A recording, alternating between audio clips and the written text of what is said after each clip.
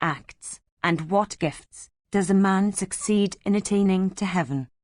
Mahabharata said, he who is endued with a liberal disposition, who honors Brahmanas and treats them with hospitality, who makes gifts of food and drink and robes and other articles of enjoyment unto the destitute, the blind, and the distressed, who makes gifts of houses, erects halls for use of the public, digs wells, constructs shelters whence pure and cool water is distributed during the hot months unto thirsty travellers, excavates tanks, makes arrangements for the free distribution of gifts every day, gives to all seekers what each solicits, who makes gifts of seats and beds and conveyances, wealth, jewels and gems, houses, all kinds of corn, kine, fields, and women, verily, he who always makes these gifts with a cheerful heart, becomes a denizen, O goddess, of heaven.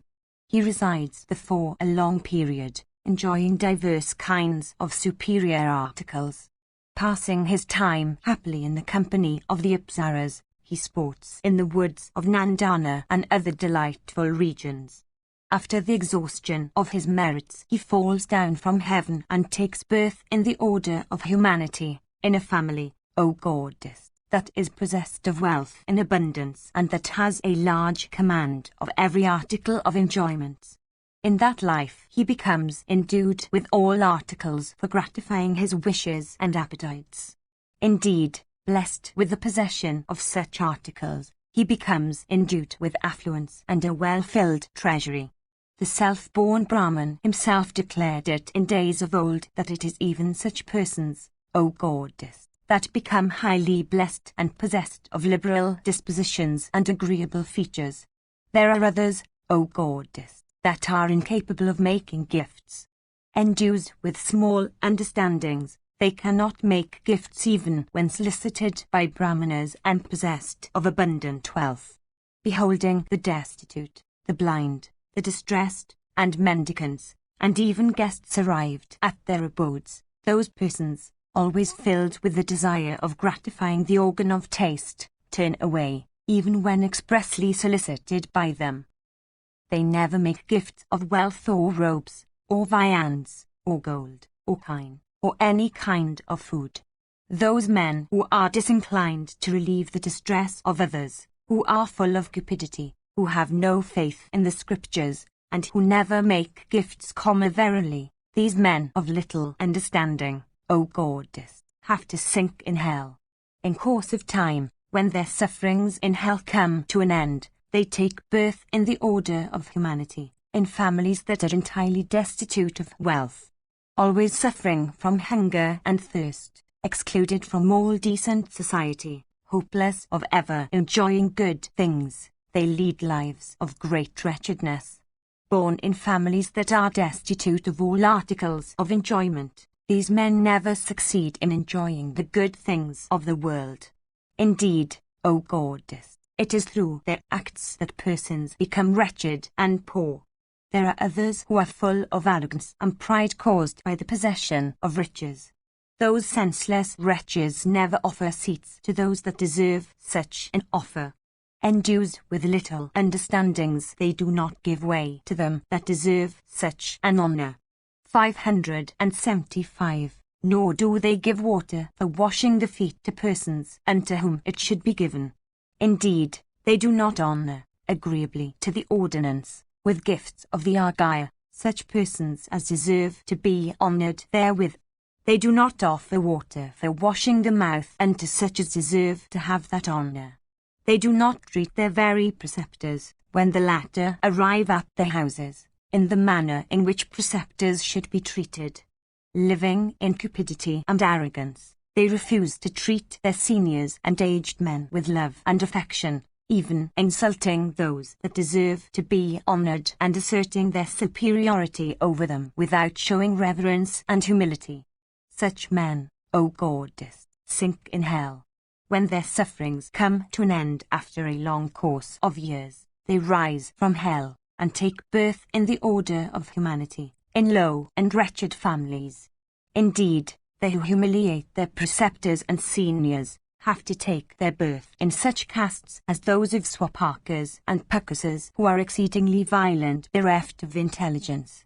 He who is not arrogant or filled with pride, who is a worshipper of the deities and Brahmanas, who enjoys the respect of the world, who bows to everyone that deserves his reverence, who utters smooth and sweet words, who benefits persons of all orders, who is always devoted to the good of all beings, who does not feel aversion for anybody, who is sweet-tongued, who is an utterer of agreeable and cooling words, who gives way to one that deserves to have way, who adores his preceptors in the manner in which preceptors deserve to be adored, who welcomes all creatures with proper courtesy, who does not hear ill will towards any creature, who lives, worshipping seniors and guests with such honours as they deserve, who is ever bent upon securing as many guests as possible, and who worships all who honour his house with their presence, succeeds, O goddess, in ascending to heaven.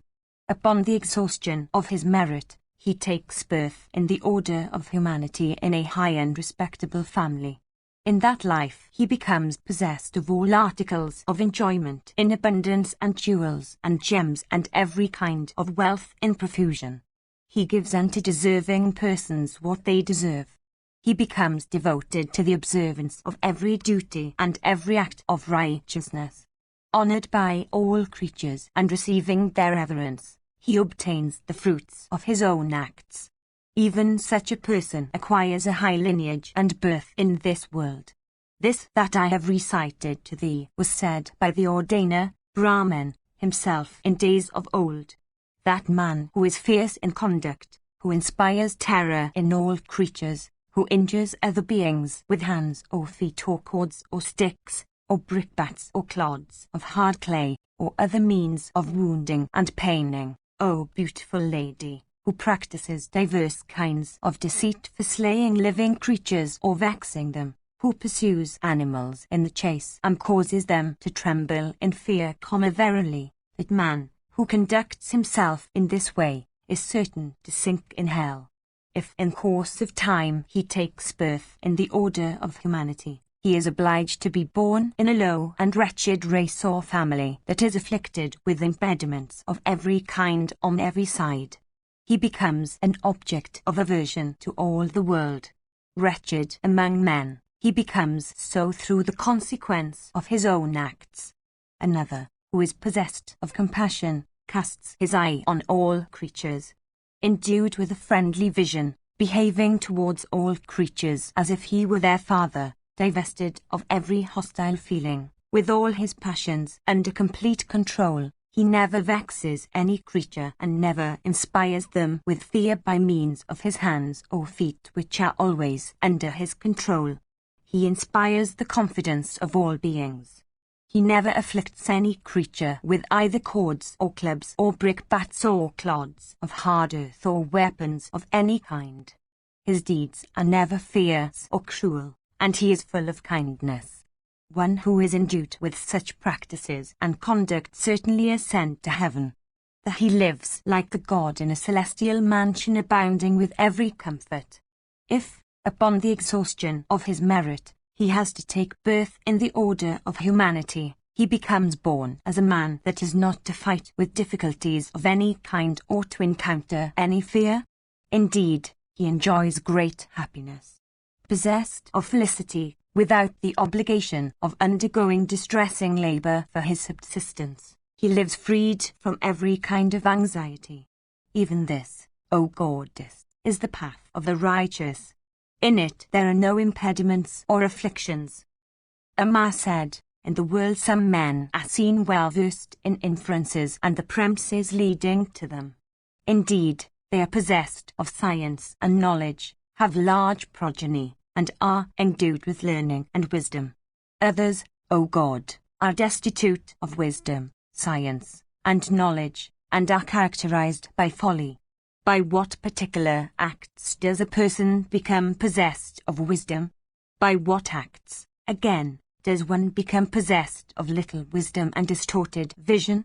Do thou dispel this doubt of mine, O thou that art the foremost of all beings conversant with duties. Others there are, O God, that are blind from the moment of their birth. Others there are that are diseased and afflicted and impotent.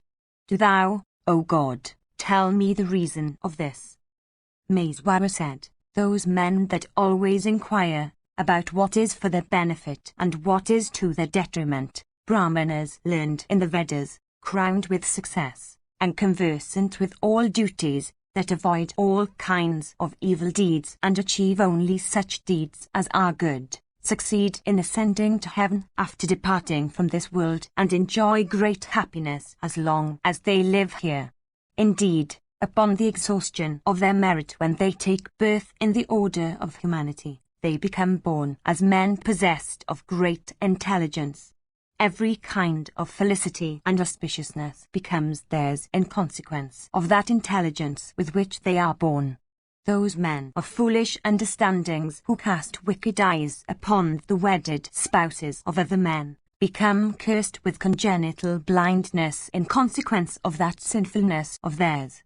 Those men who, impelled by desire in their hearts, cast their eyes on naked women, those men of wicked deeds take birth in this world to pass their whole lives in one continuous disease. Those men of foolish and wicked deeds who indulge in sexual congress with women of orders different from their own, those men of little wisdom, have to take birth in their next lives as persons destitute of virility. Those men who cause animals to be slain, and those who violate the beds of their preceptors, and those who indulge promiscuously in sexual congress, have to take birth in their next lives as persons destitute of the virile power. Amma said, what acts, O foremost of the deities, are faulty, and what acts are faultless? What, indeed, are those acts by doing which a man succeeds in attaining to what is for your highest good? Mahabharata said, that man who is desirous of ascertaining what is righteousness, and who wishes to acquire prominent virtues and accomplishments, and who always puts questions to the Brahmanas with a view to find out the path that leads to his highest good, succeed in ascending to heaven. If, after exhaustion of his merit, he takes birth in the order of humanity, he becomes endued with intelligence and memory and great wisdom. This, O Goddess, is the line of conduct that the righteous are to follow and that is fraught with great benefit. I have told thee of it for the good of human beings. Amma said, there are men who hate righteousness and who are possessed of little understanding. They never wish to approach Brahmanas conversant with the Vedas. There are others who are observant of vows and who are devoted to the duty of performing sraddhas. Others, again, are destitute of all vows. They are unmindful of observance and are like Rakshasas in conduct. Some there are who are devoted to the performance of sacrifices and some who are unmindful of the Homa. Through the consequences of what acts do men become possessed of these different natures? Mahabharata said, through the Vedas, the limits have been assigned of all the acts of human beings. Those men that conduct themselves according to the authority of the Vedas are seen, in their next lives, to become devoted to the observance of vows.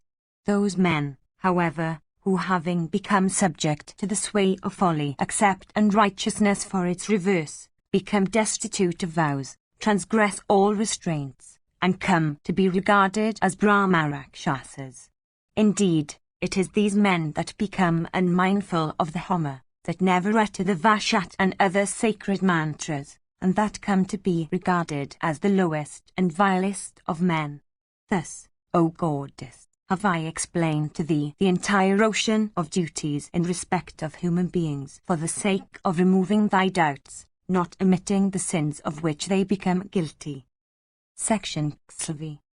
Narada said, having said these words, the puissant Mahadeva himself became desirous of hearing, instead of talking, and with that view he questioned his dear spouse who was seated by his side, and she was fully inclined to act up to his desire. Mahadeva said, thou, O Goddess, art conversant with what is supreme and what is not. 576. Thou art acquainted with all duties, O thou that lovest to reside in the retreats of ascetics, thou art endued with every virtue, possessed of beautiful eyebrows and hair ending in the fairest curls, O daughter of Mahabharata, the king of mountains. Thou art skilled in every work. Thou art endued with self-restraint, and thou lookest impartially upon all creatures. Divested of the sense of thou art devoted to the practice of all the duties. O thou of beautiful features, I desire to ask thee about something. I wish that, asked by me, thou wilt discourse to me on that topic. Savitri is the chaste wife of Brahma. The chaste Sakhi is the wife of Indra. Jamrana is the spouse of Markandeya, and Rija of King Vaisravana. Varuna has Gauri for his spouse, and Surya has Shivakala. Rohini is the chaste wife of Sasan, and Swaha of Bhavasu. Kasyapa has Aditi. All these regard their husbands as their gods. Thou hast, O goddess, conversed and associated with all of them every day. It is for this reason, O thou that art conversant with every duty, that I desire to question thee about the duties of women, O thou whose words are always consistent with righteousness. I desire to hear thee discourse on that subject from the beginning. Thou practicest all the duties of righteousness with me. Thy conduct is exactly like mine, and the vows thou observest are the same that are observed by me. Thy puissance and energy are equal to mine, and thou hast undergone the austerest penances. The subject, when discoursed upon by thee, will become endued with great merit. Indeed, that discourse will then become authoritative in the world. Women, in especial, are the highest refuge of women. O thou of beautiful hips, among human beings that course of conduct which thou wilt lay down will be followed from generation to generation. 577. Half of my body is made up of half thy body. Thou art always engaged in doing the work of the deities, and it is thou that art the cause of the peopling of the earth. O auspicious lady, all the eternal duties of women are well known to thee. Do thou, therefore, tell me in detail what are the duties of thy sex. Amma said, O Holy One, O Lord of all created things, O source of all that is past, present, and future, it is through thy grace that the words I am uttering are taking their rise in my mind. All these rivers, that are of my sex, O God of gods, endued with the waters of all the tirthas, are approaching thy presence for enabling thee to perform thy ablutions in them. 578. After consulting them I shall discourse on the topic named, in due order. That person who, though competent, is still free from egotism, is rightly called a Purusha. 579. As regards woman, O Lord of all beings, she follows persons of her sex. By consulting these foremost of rivers, they will be honored by me. The sacred Saraswati is the foremost river of all rivers. She courses towards the ocean and is truly the first of all streams. Vipasa also here, and Vitasta, and Chandrabhaga, and Aravati, and Satadru, and the river Devaka, and Kausiki, and Gomati. 580. And this celestial river who has in her all the sacred tirthas, viz., the goddess Ganga, who having her rise in heaven hath descended on the earth and is regarded as the foremost of all streams. Having said this, the spouse of that God of gods, that foremost of all righteous persons, smilingly addressed all those rivers of her sex. Indeed, the spouse of the great God, devoted to the performance of all duties, questioned those individuals of her sex about the duties of women. Verily, those foremost of rivers having Ganga for their first are all conversant with the duties of women. Amma said, the illustrious God has asked a question relating to the duties of women. I desire to answer Sankara after having consulted with you. I do not see any branch of knowledge on earth or heaven that is capable of being mastered by any unaided individual. Ye rivers that run towards the ocean, It is for this that I seek your opinions. It was in this way that those foremost of rivers, all of whom were auspicious and highly sacred, were questioned by Shiva's spouse. Then the celestial river Ganga, who worshipped the daughter of the Prince of Mountains in return, was selected for answering the question. Verily, she of sweet smiles is held as swelling with diverse kinds of understanding and well conversant with the duties of women. The sacred goddess, capable of dispelling all fear of sin, possessed of humility in consequence of her intelligence, well acquainted with all duties, and enriched with an intelligence exceedingly comprehensive, sweetly smiling, uttered these words: O goddess, thou art always devoted to the due performance of all duties. Thou hast favoured me highly by thus questioning me. O sinless one, thou art honoured by the entire universe, yet thou askest me that am but a river. That person who, though himself competent to discourse on a topic, yet asks another, or who pays a graceful tribute to another, certainly deserves, I think, to be regarded as righteous. Verily, such a person deserves to be called learned and wise. That person never falls into disgrace who asks such speakers as are endued with knowledge and science and as are well conversant with premises and inferences. A proud man, even when enriched with intelligence, by speaking in the midst of an assembly otherwise, that is, by relying upon his own powers alone and without reference to or consultation with others, finds himself uttering only words of weak import. Thou art possessed of spiritual insight, thou art the foremost of all denizens in heaven. Thou hast taken thy rise accompanied by diverse kinds of excellent merit. Thou, O goddess, art fully competent to discourse on the duties of women. In this way, the goddess Amma was worshipped by Ganga and honoured with the ascription of many high merits. The beautiful goddess, thus praised, then began to discourse upon all the duties of women in full. Amma said, I shall, according to the ordinance, discourse on the subject of women's duties as far as they are known to me. Do ye all listen with concentrated attention. The duties of women arise as created at the outset by kinsmen in the rites of wedding. Indeed, a woman becomes, in the presence of the nuptial fire, the associate of her lord in the performance of all righteous deeds. 581. Possessed of a good disposition, endues with sweet speech, sweet conduct, and sweet features, and always looking at the face of her husband and deriving as much joy from it as she does from looking at the face of her child. That chaste woman who regulates her acts by observing the prescribed restraints comes to be regarded as truly righteous in her conduct. Listening, with reverence, to the duties of wedded life, as expounded in the scriptures, and accomplishing all those auspicious duties, that woman who regards righteousness as the foremost of all objects of pursuit, who observes the same vows as those that are observed by her husband, who adorned with chastity, looks upon her spouse as a god, who waits upon and serves him as if he is a god, who surrenders her own will completely to that of her lord, who is cheerful, who observes excellent vows, who is endued with good features, and whose heart is completely devoted to her husband so much that she never thinks even of any other man, is regarded as truly righteous in conduct.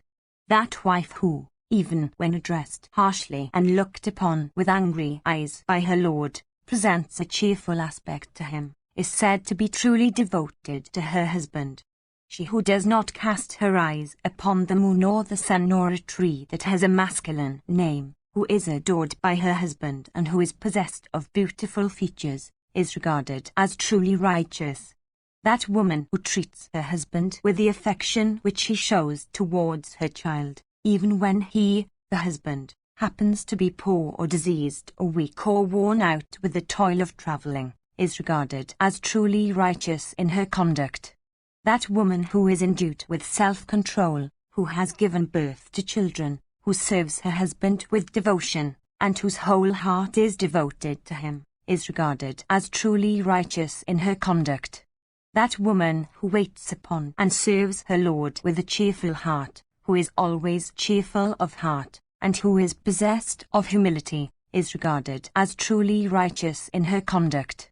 That woman who always supports her kinsmen and relatives by giving them food, and whose relish in gratifying her desires or for articles of enjoyment, or for the affluence of which she is possessed, or for the happiness with which she is surrounded, falls short of her relish for her husband, is regarded as truly righteous in her conduct.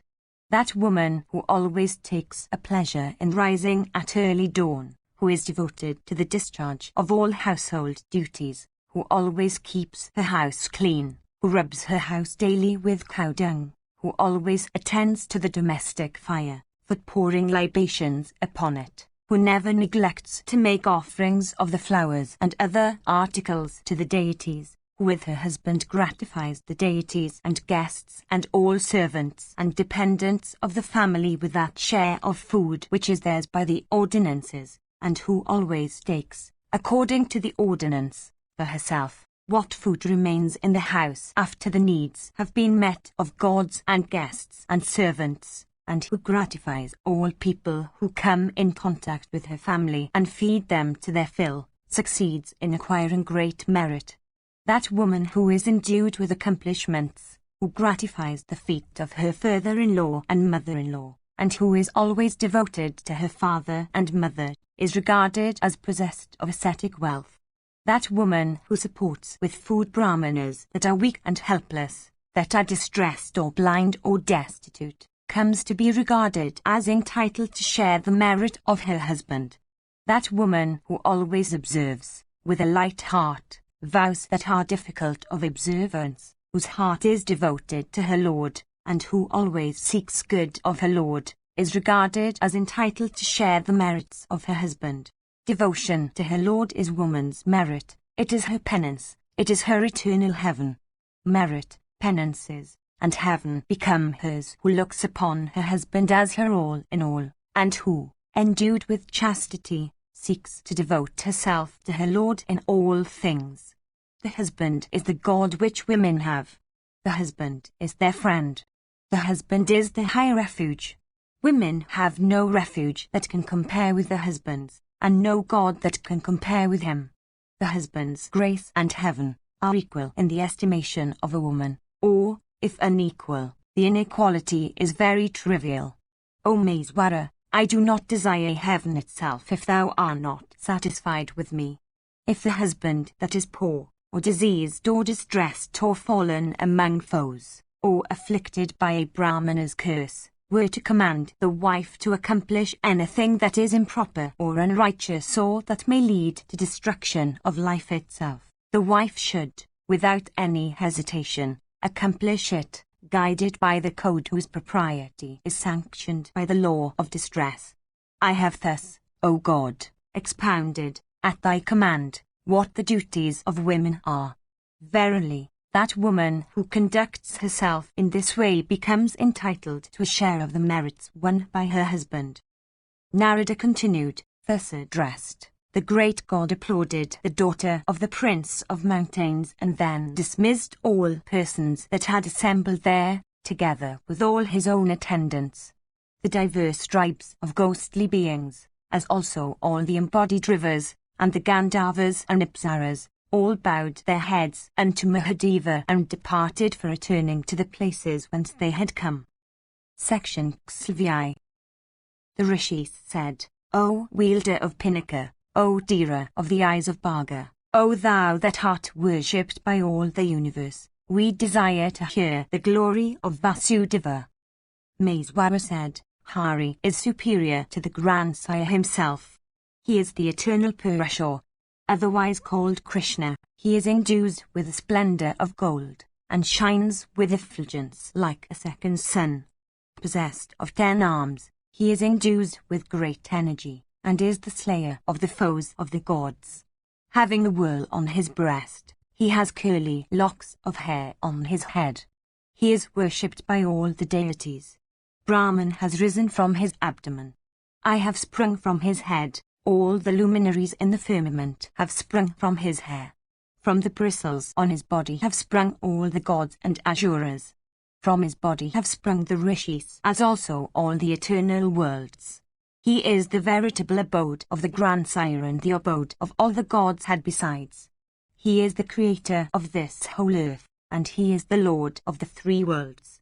He is also the destroyer of all creatures, mobile and immobile. He is verily the foremost of all the deities. He is their master.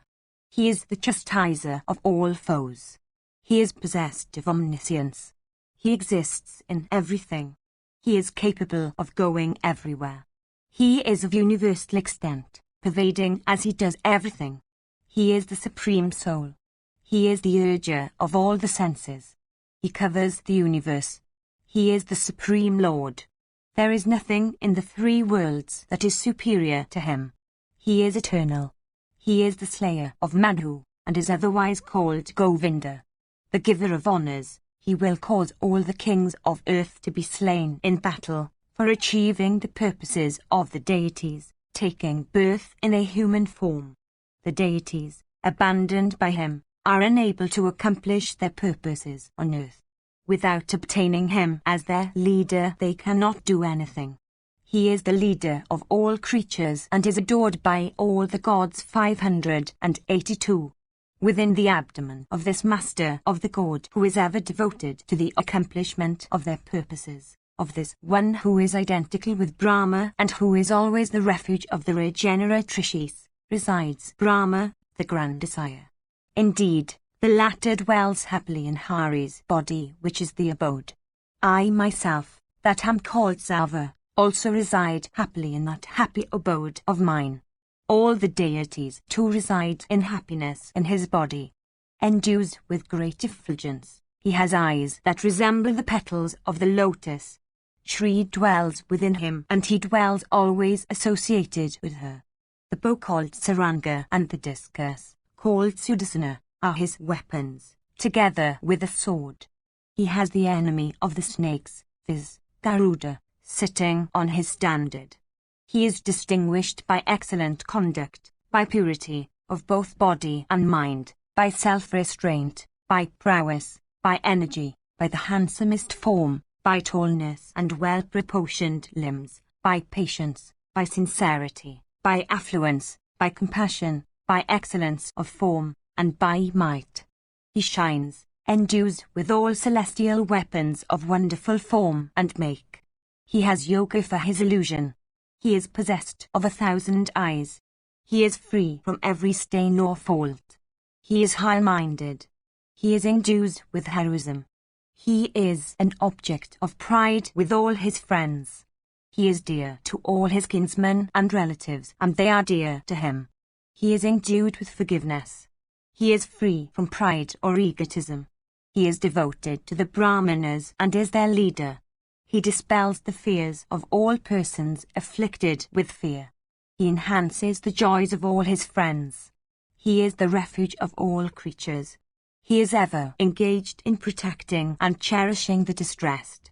Possessed of a thorough acquaintance with all the scriptures and every kind of affluence, he is worshipped by all beings.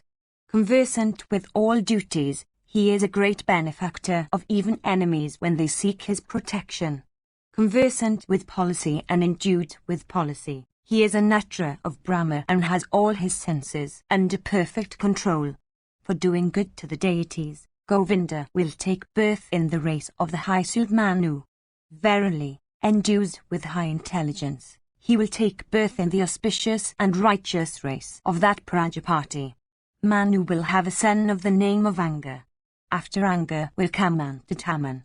From Antadhaman will spring Havardhaman, that lord of all creatures, free from every stain. Havardhaman will have an illustrious son of the name of Rachinavahi. He will have 10 sons having Prashitas for their first. Prashitas will have a son named Daksha who will be regarded as a Prajapati. Daksha will beget a daughter who will be named Dakshayani. From Dakshayani will spring Aditya, and from Aditya will spring Manu. From Manu will spring a daughter named Aila and a son to be named Sadama. Allah will have Vada for her husband, and from Vada will spring Puruvas. From Puruvas will spring Au. From Au will spring Nuashah, and Nuashah will beget a son named Yayati. From Yayati will spring a mighty son of the name of Yadu. Yadu will beget Kroshri. Kroshri will beget a mighty son to be named Vrijinivat. From Vrijinivat will spring Ushag the unvanquished. Ushag will beget a son of the name of Chitraratha. Chitraratha will have a younger son of the name of Zura. Indeed, in the race of these mighty men, of energy celebrated over all the world, possessed of excellent conduct and diverse accomplishments, devoted to the performance of sacrifices and pure in behavior, in the pure race honored by the Brahmanas, Zura will take his birth. He will be a foremost Kshatriya, endued with great energy, and possessed of great fame. Zura, that giver of honours, will beget a son, the spreader of his race, of the name of Vasudeva, otherwise called Anakadantuvi. Vasudeva will have a son of the name of Vasudeva. He will have 4 hands.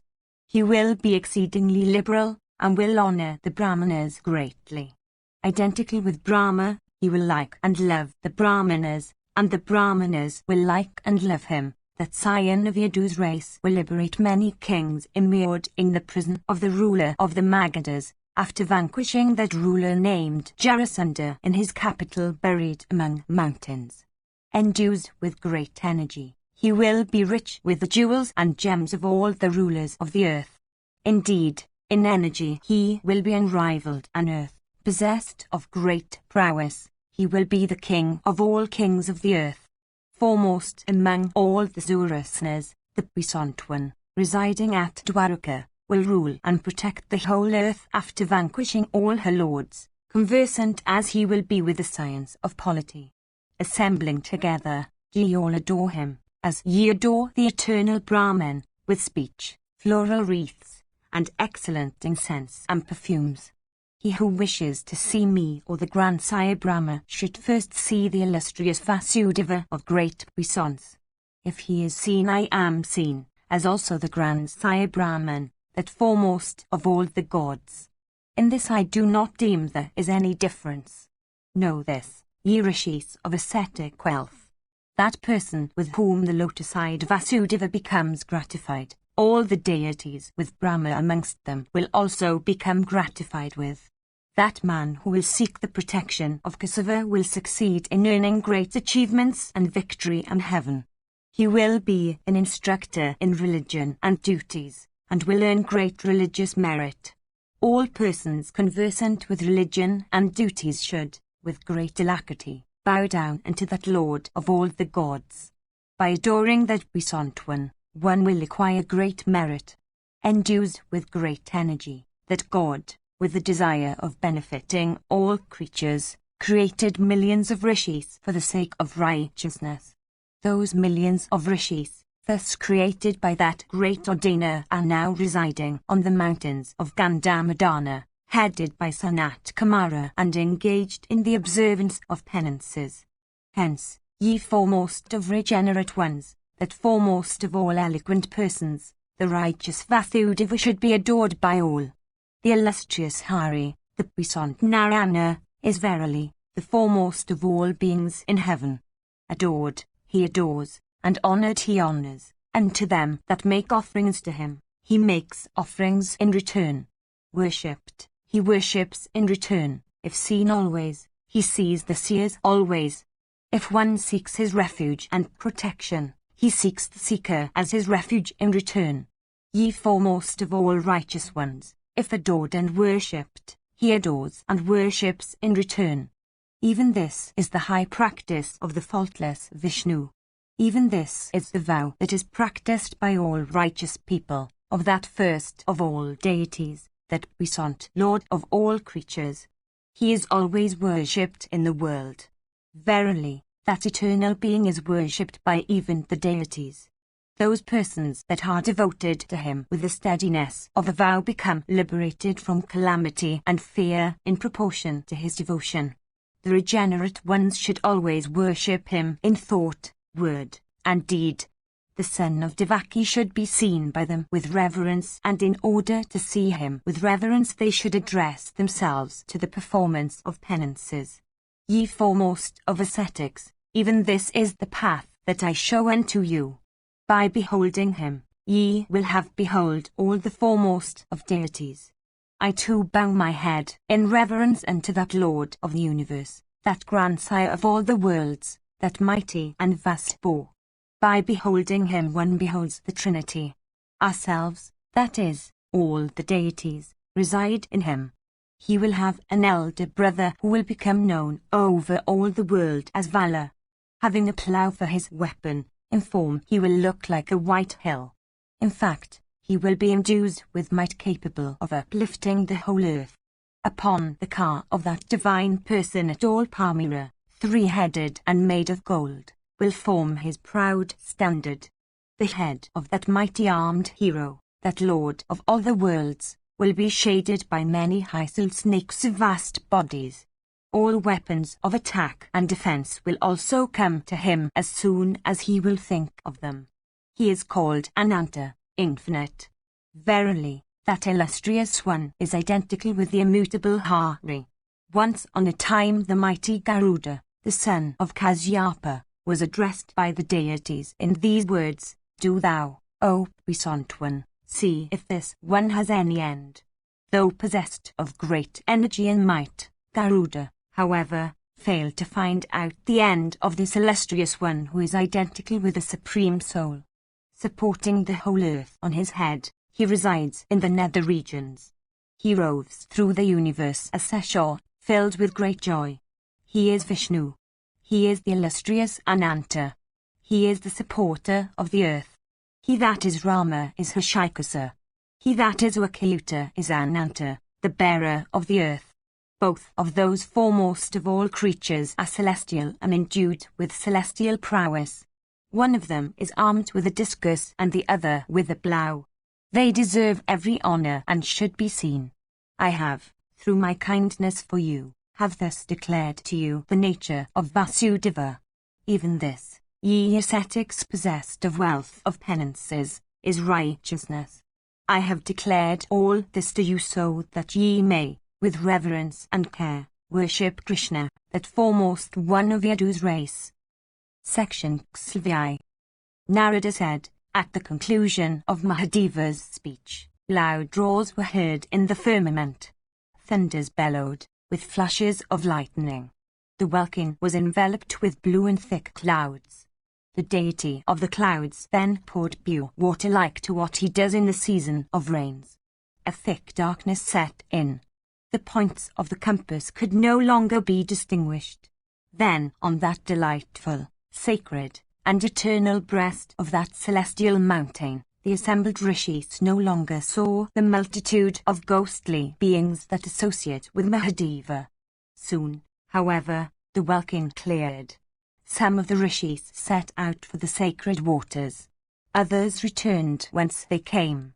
Verily, beholding that wonderful and inconceivable sight, they became filled with amazement. The discourse too between Sankara and Amma had been heard by them with the feelings that foremost of all beings, of whom the high-souled Sankara spoke to us on that mountain, art thou. Verily, thou art identical with eternal Brahma. Sometime also Mahadeva burned Himavat with his energy. Thou too hast shown us a similar sight of wonder. Indeed, we have been put in remembrance of that fact by what we have witnessed today. O mighty armed Janardana, I have thus, O puissant one, recited to thee the glory of that God of gods, viz., him that is called Gaypadin or Gairisa. Bhishma continued, thus addressed by those denizens of ascetic retreats. Krishna, the delighter of Devaki, paid due honors unto all those rishis.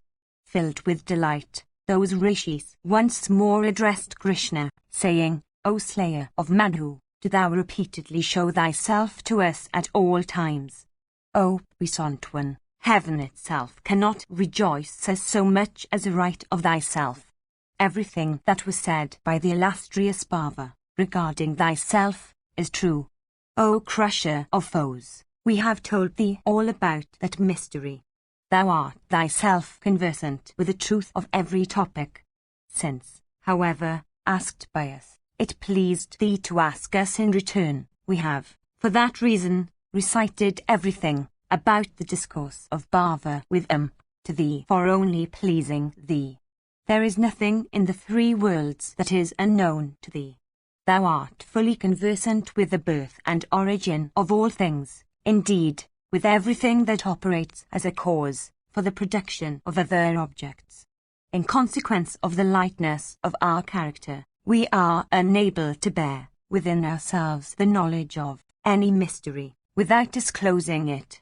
583. Indeed, in thy presence, O puissant one, we indulge in incoherences from the lightness of our hearts. There is no wonderful thing that is unknown to thee. Whatever is on earth, and whatever is in heaven, all is known to thee. We take our leave of thee, O Krishna, for returning to our respective abodes. Mayst thou increase in intelligence and prosperity. O sire, thou wilt soon get a son like unto thee or even more distinguished than thyself. He will be endued with great energy and splendor. He will achieve great feats, and become possessed of puissance as great as thine. 584. Bhishma continued, After this, the great rishis bowed unto that god of gods, that scion of Yadu's race, that foremost of all beings. They then circumambulated him and taking his leave, departed. As regards Narayana, who is endued with prosperity and blazing effulgence, he returned to Dwaraka after having duly observed that vow of his. His spouse Rukmini conceived, and on the expiration of the 10th month a son was born of her, possessed of heroism and honoured by all for his highly wonderful accomplishments. He is identical with that karma, desire, which exists in every creature and which pervades every existent condition. Indeed, he moves within the hearts of both gods and asuras. This Krishna is that foremost of all persons. Even he, endues with the hue of the clouds as that four-handed Vasudeva. Through affection he has attached himself to the Pandavas, and you also, ye sons of Pandu, have attached yourselves to him. Achievements, prosperity, intelligence, and the path that leads to heaven, are all there where this one, viz., the illustrious Vishnu of 3 steps, is. He is the 33 gods with Indra at their head. There is no doubt in this. He is the one ancient God. He is the foremost of all gods. He is the refuge of all creatures. He is without beginning and without destruction. He is unmanifest. He is the high-souled slayer of Madhu. Endued with mighty energy, he has taken birth among men, for accomplishing the purpose of the gods. Verily, this Madhava is the expounder of the most difficult truths relating to profit or wealth, and he is also their achiever. O son of Pritha, the victory thou hast obtained over thy enemies, thy unrivaled achievements, the dominion thou hast acquired over the whole earth, are all due to thy side having been taken up by Narayana. The fact of thy having got the inconceivable Narayana for thy protector and refuge, enabled thee to become an Adaru, chief sacrificer, for pouring multitudes of kings as libations on the blazing fire of battle.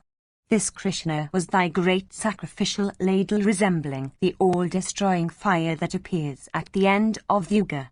Duryodhana, with his sons, brothers and kinsmen, was much to be pitied inasmuch as, moved by wrath, he made war with Hari and the wielder of Gandhiva. Many sons of Dati, many foremost of Danavas, of huge bodies and vast strength, have perished in the fire of Krishna's discourse like insects in a forest conflagration. How incapable then must human beings be of battling against that Krishna, human beings who, O tiger among men, are destitute of strength and might. As regards Jaya, he is a mighty yogin resembling the all-destroying yuga fire in energy. Capable of drawing the bow equally with both hands, he is always in the van of fight. With his energy, O king, He has slain all the troops of Sayadana. Listen to me as I tell thee what Mahadeva, having the bovine bull for the device on his standard, had recited unto the ascetics on the breast of the Himavat. His utterances constitute a prana, the advancement of greatness, energy, strength, prowess, puissance, humility, and lineage that are in Arjuna can come up to only a third part of the measure in which those attributes reside in Krishna. Who is there that can transcend Krishna in these attributes? Whether that is possible or not, listen, and judge. There where the illustrious Krishna is, there is unrivaled excellence. 585. As regards ourselves, we are persons of little understanding. Dependent upon their will of others, we are exceedingly unfortunate. Knowingly we betook ourselves to the eternal path of death. Thou, however, art devoted to sincerity of conduct. Having formerly pledged thyself against taking thy kingdom, thou didst not take it, desirous of maintaining thy pledge. 586. O king, thou makest too much of the slaughter of thy kinsmen and friends in battle, brought about, as thou believest, by thyself. Thou shouldst remember, however, O chastiser of foes, that it is not right to violate a pledge. 587. All those who have fallen on the field of battle have really been slain by time. Verily, all of us have been slain by time. Time is, indeed, all-powerful. Thou art fully conversant with the puissance of time. Afflicted by time, it does not behove thee to grieve. Know that Krishna himself, otherwise called Hari, is that time with blood-red eyes and with club in hand. For these reasons, O son of Kunti, it does not behove thee to grieve for thy slain kinsfolk. Be thou always free, O delighter of the Kuras, from grief. Thou hast heard of the glory and greatness of Madhava as recited by me. That is sufficient for enabling a good man to understand him. Having heard the words of Vyasa as also of Narada endued with great intelligence, I have discoursed to thee on the adorableness of Krishna. I have myself added, from my own knowledge, something to that discourse. Verily, I have discoursed also on the surpassing puissance of Krishna as recited by Mahadeva, unto that conclave of rishis, on the breast of the Himavat. The discourse too between Mahabharata and the daughter of Himavat, O Bharata, has been recited by me to thee. He who will bear in mind that discourse when emanating from a foremost person, he who will listen to it, and he who will recite it, for other people's hearing, is sure to win what is highly beneficial. That man will find all his wishes fulfilled. Departing from this world he will ascend to heaven. There is no doubt in this. That man who, desirous of obtaining what is beneficial for himself, should devote himself to Janardana. O king of the Kuras, it behoves thee also to always bear in mind those incidents of duty and righteousness which were declared by Mahabharata. If thou conduct thyself according to those precepts, if thou bear the rod of chastisement rightly, if thou protect thy subjects properly, thou mayst be sure of attaining to heaven. It behoves thee, O king, to protect thy subjects always according to the dictates of righteousness. The stout rod of chastisement which the king bears has been said to be the embodiment of his righteousness or merit. 588. Hearing this discourse, fraught with righteousness, between Sankara and him, that I have recited in the presence of this righteous conclave, one should worship with reverence that God having the bovine bull for the device on his banner. One that becomes even desirous of listening to that discourse should worship Mahadeva with reverence. Verily, the person that wishes to obtain what is beneficial for him, should adore Mahadeva with a pure heart. Even this is the command of the faultless and high-souled Narada. Even he has commanded such worship of the great God. O son of Pandu, do thou obey that command of Narada. O puissant king, Even these are the wonderful incidents that occurred on the sacred breast of the hymn of respecting Vasudeva and Stanu, O son of Kunti. Those occurrences flowed from the very nature of those high soul deities. Vasudeva, accompanied by the wielder of Gandiva, practiced eternal penances in the retreat of Vadari for 10,000 years. 589. Verily, Vasudeva and Dhananjaya, both of eyes like lotus petals, underwent severe austerities for the duration of 3 whole yugas. I have learnt this from Narada and Vyasa, O king. The lotus-eyed and mighty-armed Vasudeva, while yet a child, in human form, achieved the great feat of slaying cancer for the relief of his kinsman. I do not venture, O son of Kunti, to enumerate the feats of this ancient and eternal being, O Yudhishthira. Without doubt, O son, high and great benefits will be reaped by thee who ownest that foremost of all persons, viz., Vasudeva, for thy friend. I grieve for the wicked Duryodhana in respect of even the next world to which he has gone. It was for him that the whole earth had been depopulated with her steeds and elephants. Indeed, through the fault of Duryodhana, of Karna, of Sakuni, and of Dusasana numbering the 4th, that the Kurus have perished. Vaisampayana continued, while that foremost of men, viz., the son of Ganga, addressed him in this strain, the Kuru king, Yudhishthira, remained entirely silent in the midst of those high-souled persons, who had assembled together for listening to the discourses of Bhishma. All the kings with Dhritarashtra amongst them became filled with wonder upon hearing the words of the Kuru grandsire. In their minds they worshipped Krishna and then turned towards him with hands joined in reverence. The rishis also, with Narada at their head, accepted and applauded the words of Bhishma and approved of them joyfully. These were the wonderful discourses recited by Bhishma which Pandu's son, Yudhishthira, with all his brothers heard with joy. Some time after, when King Yudhishthira saw that Ganga's son, who had given away abundant wealth as presents unto the Brahmanas in the sacrifices performed by him, had rested and become refreshed, the intelligent king once more asked him as follows. Section 6. Vaisampayana said, having heard all the duties in their entirety and all those sacred acts and objects that cleanse human beings of their sins, Yudhishthira once more addressed the son of the Santanu in the following words. Yudhishthira said, who may be said to be the one God in the world, who may be said to be the one object which is our sole refuge. Who is he by worshipping whom or hymning whose praises human being would get what is beneficial? What religion is that which, according to thy judgment, is the foremost of all religions?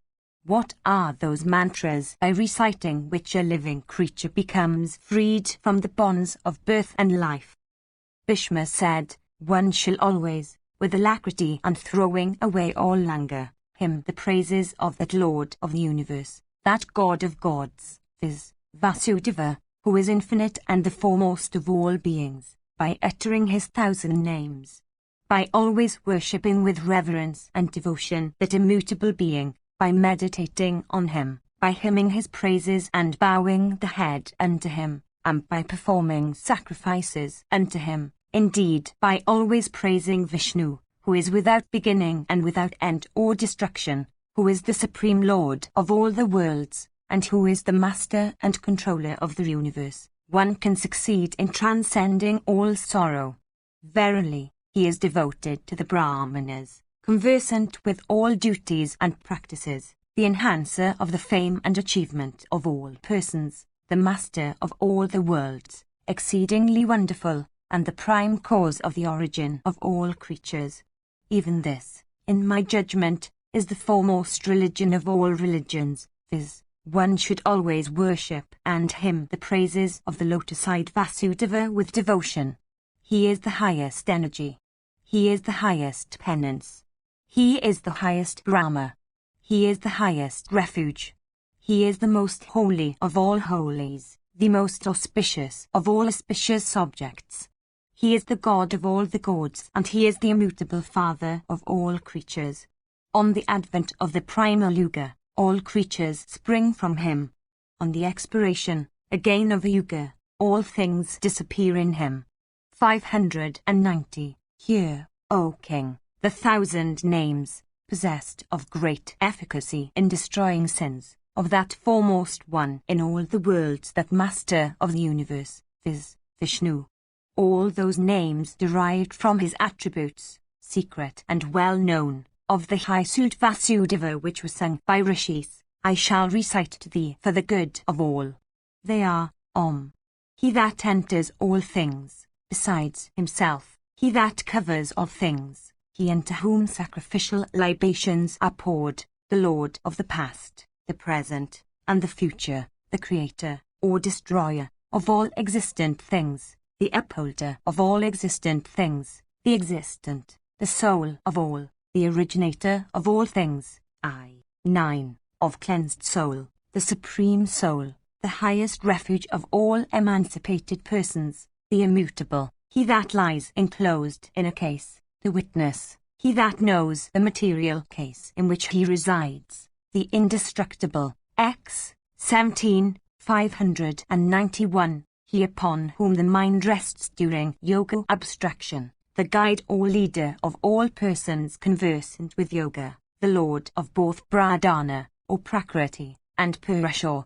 He that assumed a human form with a leonine head, he of handsome features and equipments, he of beautiful hair, the foremost of Purushas, 1824, 592, the embodiment of all things, the destroyer of all things, he that transcends the 3 attributes of Sattva, Rajas and Tamas, the motionless, the beginning of all things, the receptacle into which all things sink at the universal dissolution, the immutable, he who takes birth at his own will, he who causes the acts of all living creatures to fructify, in the form of weal or woe, the upholder of all things, the source from which the primal elements have sprung, the puissant one, he in whom is the unbounded lordship over all things, 2537, 593, the self-born, he that gives happiness to his worshippers, the presiding genius, of golden form,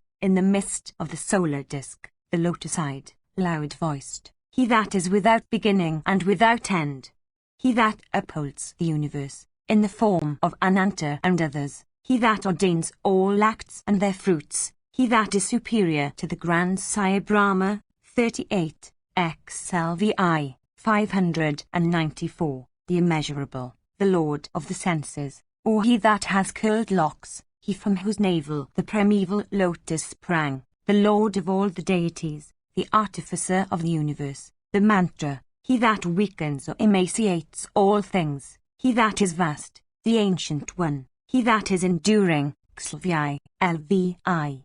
595, he that is incapable of being seized by either the senses or the mind, the Eternal One, Krishna, the red-eyed, he that kills all creatures at the time of the universal dissolution, he that is vast for knowledge and puissance and other attributes of the kind, he that resides in 3 parts, above, middle, and below, of every creature. That which cleanses, is auspicious, and high, vi, Luxif. 596, he that urges all creatures in respect of all their acts. He that causes the life breaths to act. He that causes all living creatures to live, the eldest, the foremost of all those that are regarded as the lords of all creatures, he that has gold in his abdomen, he that has the earth for his abdomen, the Lord of Shri or Lakshmi, the slayer of Madhu, LXV, Luxi 597, the omnipotent, he that is endued with great prowess, he that is armed with the bow, he that is possessed of a mind capable of bearing the contents of all treatises, he that roves through the universe, riding on Garuda. He that is well suited to the offerings made unto him and that has the power to enjoy them properly, the unrivalled, he that is incapable of being discomfited, he that knows all acts that are done, he that is identical with all acts, he that rests on his own true self, 598, the Lord of all the deities, he that is the refuge of all, the embodiment of the highest felicity, he whose seed is the universe, he that is the source of all things, the day, in consequence of his awakening Jiva who is steeped in the sleep of nescience, the year, the snake, owing to his being incapable of being seized, the embodiment of conviction, he that sees all things, LXXXV, Xif, 599, the unborn, the Lord of all creatures, he that has achieved success, he that is success itself, he that is the beginning of all things,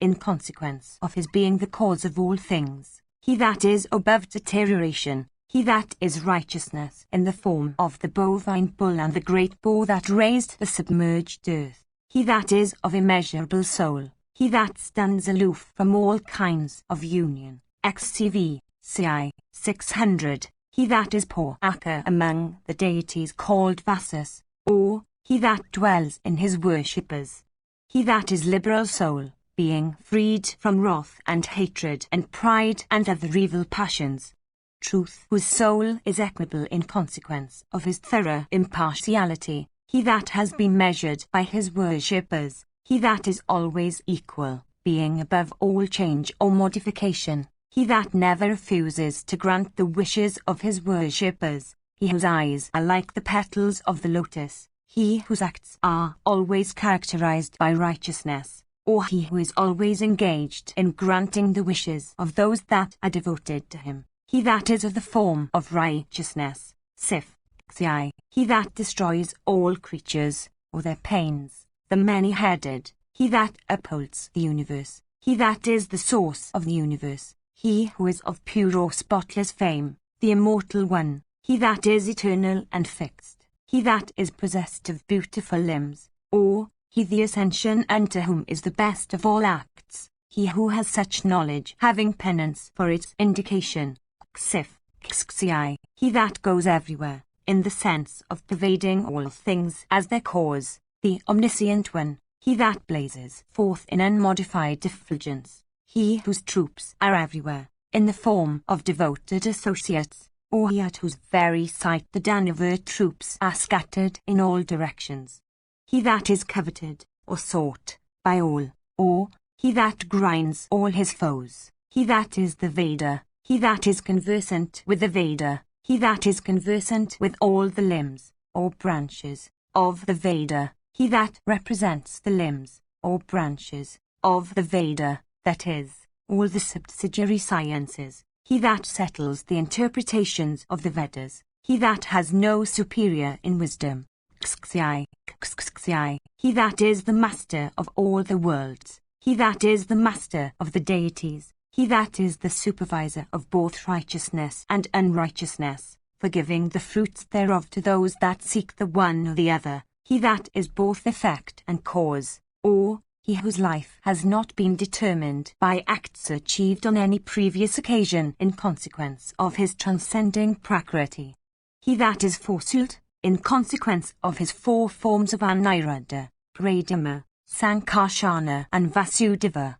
He that is known by four forms, as above, he that has four horns, which appeared on him when he had assumed a human form with a lion's head for slaying the Asura chief Hiranyakasipu, he that has four arms, for holding the conch, discus, mace, and lotus, CXLI, he that blazes forth in effulgence, he that is the giver of food and cherishes those that are good, he that does not bear or put up with those that are wicked, or, he that puts up with the occasional transgressions of his devotees, he that existed before the universe started into life, he that is stainless, he that is ever victorious, he that vanquishes the very deities, he that is the material cause of the universe, he that repeatedly resides in material causes, CL, he that is the younger brother of Indra, or he that transcends Indra in accomplishments and attributes.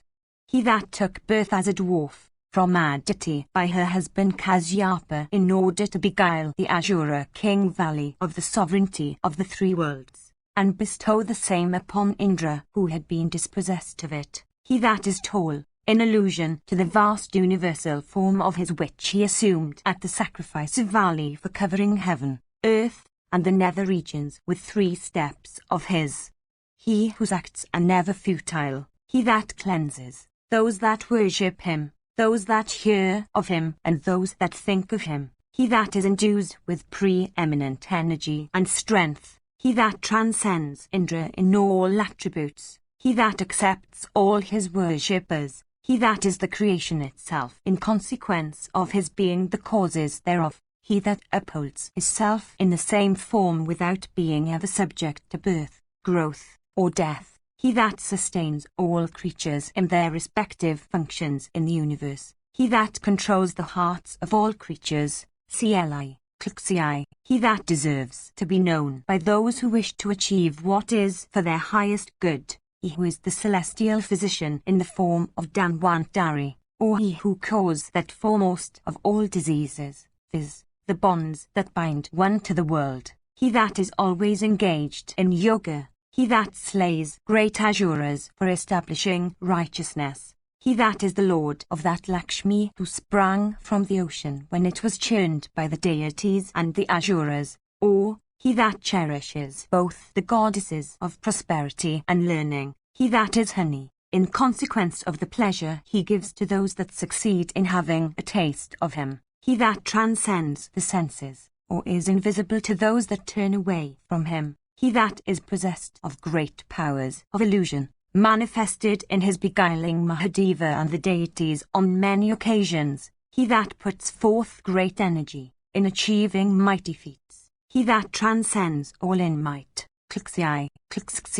he that transcends all in intelligence, he that transcends all in puissance, he that transcends all in ability, he that discovers the universe by the effulgence emanating from his body, he whose body is incapable of being ascertained by the eye, or any other sense organ of knowledge, he that is possessed of every beauty, he whose soul is incapable of being comprehended by either deities or men, he that held on his back, in the form of the vast tortoise, the huge mountain, Mandara, which was made the churning staff by the deities and the Asuras when they set themselves to churn the great ocean for obtaining therefrom all the valuables hid in its bosom, or he who held up the mountains of Govardhana in the woods of Brinda for protecting the denizens of that delightful place, who were especial objects of his kindness, from the wrath of Indra who poured incessant showers for days together with a view to drowning everything, CLXXX, he that can shoot his shafts to a great distance, piercing through obstruction of every kind, he that trays the submerged earth, having assumed the form of the mighty boar, he on whose bosom dwells the goddess of prosperity, or he that is identical with Kama, the lord of Rati, he that is the refuge of those that are righteous, he that is incapable of being won without thorough devotion, or he that is incapable of being immured or restrained by anyone putting forth his powers, he that is the delight of the deities, or he that is the embodiment of fullness of joy, he that rescued the submerged earth, or he that understands the hymns addressed to him by his devotees, he that is the master of all eloquent persons, or he that dispels the calamities of all those who know him, he that is full of blazing effulgence, he that suppressed the afflictions of his adorers, or he that assumes the form of Yama, the universal destroyer, for chastising all persons that fall away from their duties, he that assumed the form of a swan for communicating the Vedas to the grandsire Brahman, or he that enters into the bodies of all persons, he that has Garuda, the prince of the feathery denizens of the welkin, for his vehicle, he that is the foremost of snakes in consequence of his identity with Sesha or Ananta who upholds on his head the vast earth, or he that has the hood of the prince of snakes for his bed while he lies down to sleep on the vast expansion of water after the dissolution of the universe, he whose navel is as beautiful as gold, he that underwent the severest austerities in the form of Narayana at Vadari on the breast of Himavat, he whose navel resembles a lotus, or he from whose navel sprang the primeval lotus in which the grandsire Brahma was born, he that is the Lord of all creatures, he that transcends death, or he that wards off death from those that are devoted to him, he that always casts a kind eye on his worshippers, or he that sees all things in the universe, he that destroys all things, or he that drenches with nectar all those that worship him with single-minded devotion, he that is the ordainer of all ordainers, or he that unites all persons with the consequences of their acts, he that himself enjoys and endures the fruits of all acts, or he that assumed the form of Rama, the son of Dasaratha, and going into exile at the command of his sire made a treaty with Sugriva, the chief of the apes, for aiding him in the recovery of his kingdom from the grasp of his elder brother Vali in return for the assistance which Sugriva promised him for recovering from Ravana, his wife Sita, who had been ravished by that Rakshasa and borne away to his island home in Lanka. He that is always of the same form, or he that is exceedingly affectionate unto his worshippers, he that is always moving, or he that is of the form of Karma, who springs up in the heart of every creature. He that is incapable of being endured by Danavas and Asuras, or he that rescued his wife Sita after slaying Ravana, or he that shows compassion towards even Chandlas and members of other low castes when they approach him with devotion, in allusion to his friendship, in the form of Rama, Vigahaka, the chief of the Chandlas, inhabiting the country known by the name of Sringavarapura, he that chastises the wicked, or he that regulates the conduct of all persons by the dictates of the Srutis and the Smritis, he whose soul has true knowledge for its indication, or he that destroyed Ravana, the foe of the gods, having assumed the form of Rama that was full of compassion and other amiable virtues, he that destroys the foes of the deities, or he that slays those who obstruct or forbid the giving of presents unto deserving persons, he that is the instructor in all sciences and the father of all, he that is the instructor of even the grandsire Brahma, he that is the abode or resting place of all creatures, he that is the benefactor of those that are good and is free from the stain of falsehood, he whose prowess is incapable of being baffled, he that never casts his eye on such acts as are not sanctioned or approved by the scriptures, he that casts his eye on such acts as are sanctioned or approved by the scriptures, or he whose eye never winks or sleeps, he that wears the unfading garland of victory called by the name of Vajayanti, he that is the lord of speech and that is possessed of great liberality, insomuch that he rescued the lowest of the low and the vilest of the vile by granting them his grace. 6. He that leads persons desirous of emancipation to the foremost of all conditions, viz., emancipation itself, or he that assumes the form of a mighty fish and scudding through the vast expanse of waters that cover the earth when the universal dissolution comes, and dragging the boat tied to his horns, leads Manu and others to safety. He that is the leader of all creatures, or he that sports in the vast expanse of waters which overwhelm all things at the universal dissolution, he whose words are the Veda and who rescued the Vedas when they were submerged in the waters at the universal dissolution, he that is the accomplisher of all functions in the universe, he that assumes the form of the wind for making all living creatures act or exert themselves, or he whose motions are always beautiful, or who wishes his creatures to glorify him, he that is endued with 1,000 heads, he that is the soul of the universe and as such pervades all things, he that has 1,000 eyes and 1,000 legs, 6.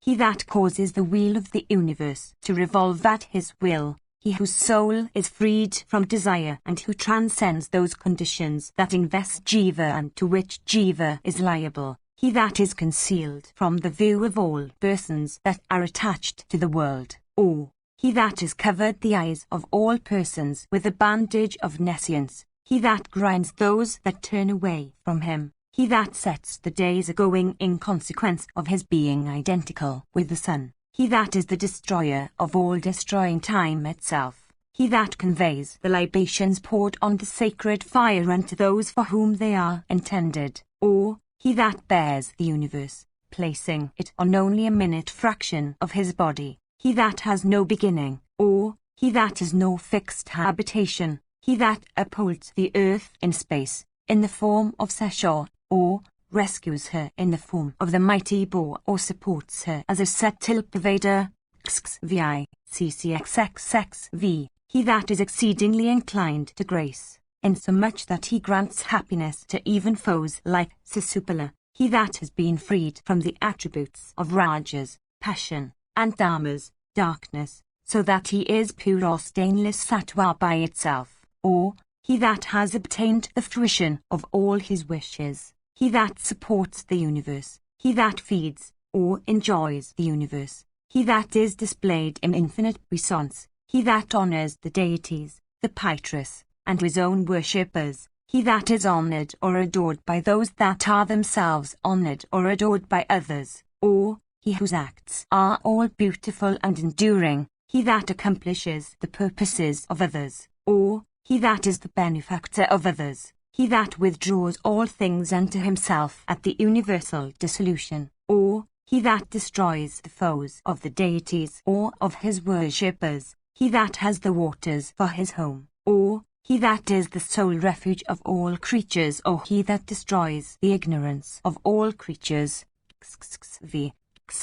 he that is distinguished above all, he that cherishes the righteous, he that cleanses all the worlds, he that crowns with fruition the desires of all creatures, he whose wishes are always crowned with fruition, he that gives success to all, he that bestows success upon those that solicit him for it, he that presides over all sacred days, or he that overwhelms Indra himself with his own excellent attributes, he that showers all objects of desire upon his worshippers, he that walks over all the universe, he that offers the excellent flight of steps constituted by righteousness, and to those that desire to ascend to the highest place, he that has righteousness in his abdomen, or he that protects Indra even as a mother protects the child in her womb, he that aggrandizes his worshippers, he that spreads himself out for becoming the vast universe, he that is aloof from all things, though pervading them, he that is the receptacle of the ocean of Srutis,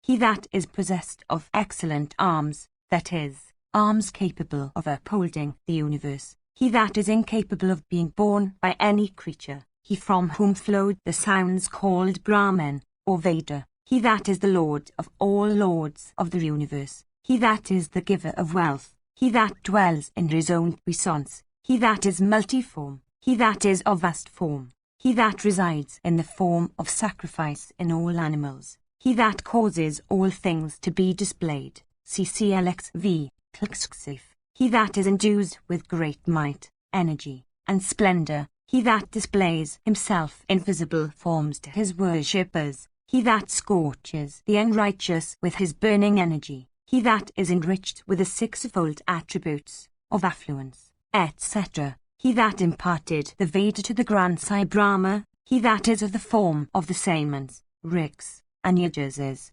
of the Veda, he that soothes his worshippers burning with the afflictions of the world like the rays of the moon cooling all living creatures of the world, he that is endued with blazing effulgence like the sun, CCLXXV, he from whose mind has sprung the moon, he that blazes forth in his own effulgence, he that nourishes all creatures even like the luminary marked by the hair, he that is the master of the deities, he that is the great medicine for the disease of worldly attachment, he that is the great causeway of the universe, he that is endued with knowledge and other attributes that are never futile and with prowess that is incapable of being baffled,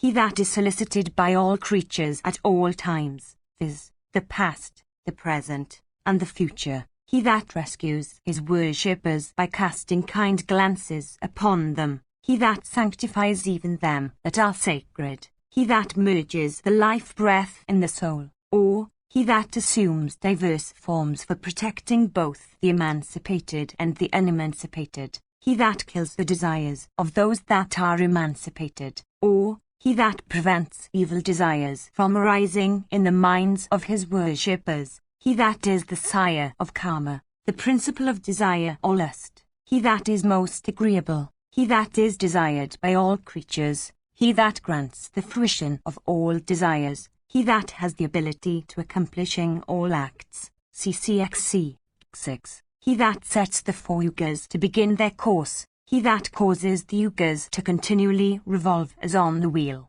He that is endued with the diverse kinds of illusion, and, therefore, the cause from which spring the different kinds of acts that distinguish the different yugas. He that is the greatest of eaters, in consequence of his swallowing all things at the end of every kalpa. He that is incapable of being seized by those that are not his worshippers. He that is manifest, being exceedingly vast. He that subjugates thousands of foes of the deities. He that subjugates innumerable foes. CCC Kvi. He that is desired by even the grandsire Rudra, or he that is adored in sacrifices. He that is distinguished above all. He that is desired by those that are endued with wisdom and righteousness. He that has an ornament of peacocks' feathers on his headgear. He that stupefies all creatures with his illusion. He that showers his grace on all his worshippers. He that kills the wrath of the righteous. He that fills the unrighteous with wrath. He that is the accomplisher of all acts. He who holds the universe on his arms. He that upholds the earth. 6. XVI. He that transcends the 6 well-known modifications of inception, birth or appearance, growth, maturity, decline, and dissolution. He that is endued with great celebrity, in consequence of his feats. He that causes all living creatures to live, in consequence of his being the all-pervading soul. He that gives life, the younger brother of Vasava, in the form of a Bendra or the dwarf. He that is the receptacle of all the waters in the universe. He that covers all creatures, in consequence of his being the material cause of everything. He that is never heedless, being always above error. He that is established under his own glory. 6. XVI. He that flows in the form of nectar, or he that dries up all things. He upholds the path of righteousness. He that bears the burden of the universe. He that gives desirable boons unto those that solicit them. He that causes the winds to blow. He that is the son of Vasudeva, or he that covers the universe with his illusions and sports in the midst of it. He that is endued with extraordinary lustre. He that is the originating cause of the deities. He that pierces all hostile towns. XVI. He that transcends all sorrow and grief. He that leads us safely across the ocean of life or the world. He that dispels from the hearts of all his worshippers the fear of rebirth. He that is possessed of infinite courage and prowess. He that is an offspring of Sura's race. He that is the master of all living creatures. He that is inclined to show his grace unto all. He that is come on earth for 100 times, for rescuing the good, destroying the wicked, and establishing righteousness. He that holds a lotus in one of his hands. He whose eyes resemble the petals of the lotus. He from whose navel sprang the primeval lotus, or he that is seated upon a lotus. He that is endued with eyes resembling the petals of the lotus. He that is adored by even worshippers as one seated within the lotus of his hearts. He that assumed the form of embodied Jiva through his own illusion. He that is endued with puissance of every kind. He that grows in the form of the 5 primal elements, the ancient soul. He that is endued with vast eyes. He that has Garuda sitting on the standard of his car. CCCLV. He that is incomparable, the Sarabha, the lion-killing animal, he that strikes the wicked with terror, he that knows everything that has occurred in time, he that accepts, in the forms of the deities, the butter poured on the sacrificial fire, he that is known by all kinds of evidence or proof, he upon whose breast sits prosperity always, he that is victorious in every battle, he that is above destruction, he that assumes a red form, or becomes wrathful unto the enemies of his worshippers, he that is an object of search with the righteous, he that is at the root of all things, he that has the mark of the string around his abdomen. For Yasoda had bound him with a cord while he was Krishna, he that bears or forgives all injuries, he that upholds the earth in the form of her mountains, he that is the foremost of all objects of worship, he that is endued with great speed, he that swallows vast quantities of food, CCCLXV, he that caused the creation to start into life, he that always agitates both Prakriti and Purusha, he that shines with resplendence, or sports in joy, he that has puissance in his stomach, he that is the supreme master of all, he that is the material out of which the universe has been made, he that is the cause or agent who has made the universe, he that is independent of all things, he that ordains variety in the universe, he that is incapable of being comprehended, he that renders himself invisible by the screen of illusion, CCCLXXV, CCCLXXXV, he that is chit divested of all attributes, he on whom all things rest, he in whom all things reside when the universal dissolution comes, he that assigns the foremost place to those that worship him, he that is durable, he that is endued with the highest puissance, he that has been glorified in the Vedanta, he that is contented, he that is always full, he whose glance is auspicious, CCCXCV, he that fills all yojans with delight, he that is the end of all creatures, for it is in him that all things merge at the universal dissolution, he that is the faultless path, he that in the form of Jiva leads to emancipation, he that leads Jiva to emancipation, he that has none to lead him, he that is endued with great might, he that is the foremost of all beings possessed of might, he that is the foremost of all beings conversant with duty and religion, he that joins, at the time of creation, the disunited elements performing all objects, he that resides in all bodies, he that causes all creatures to act in the form of Krishna,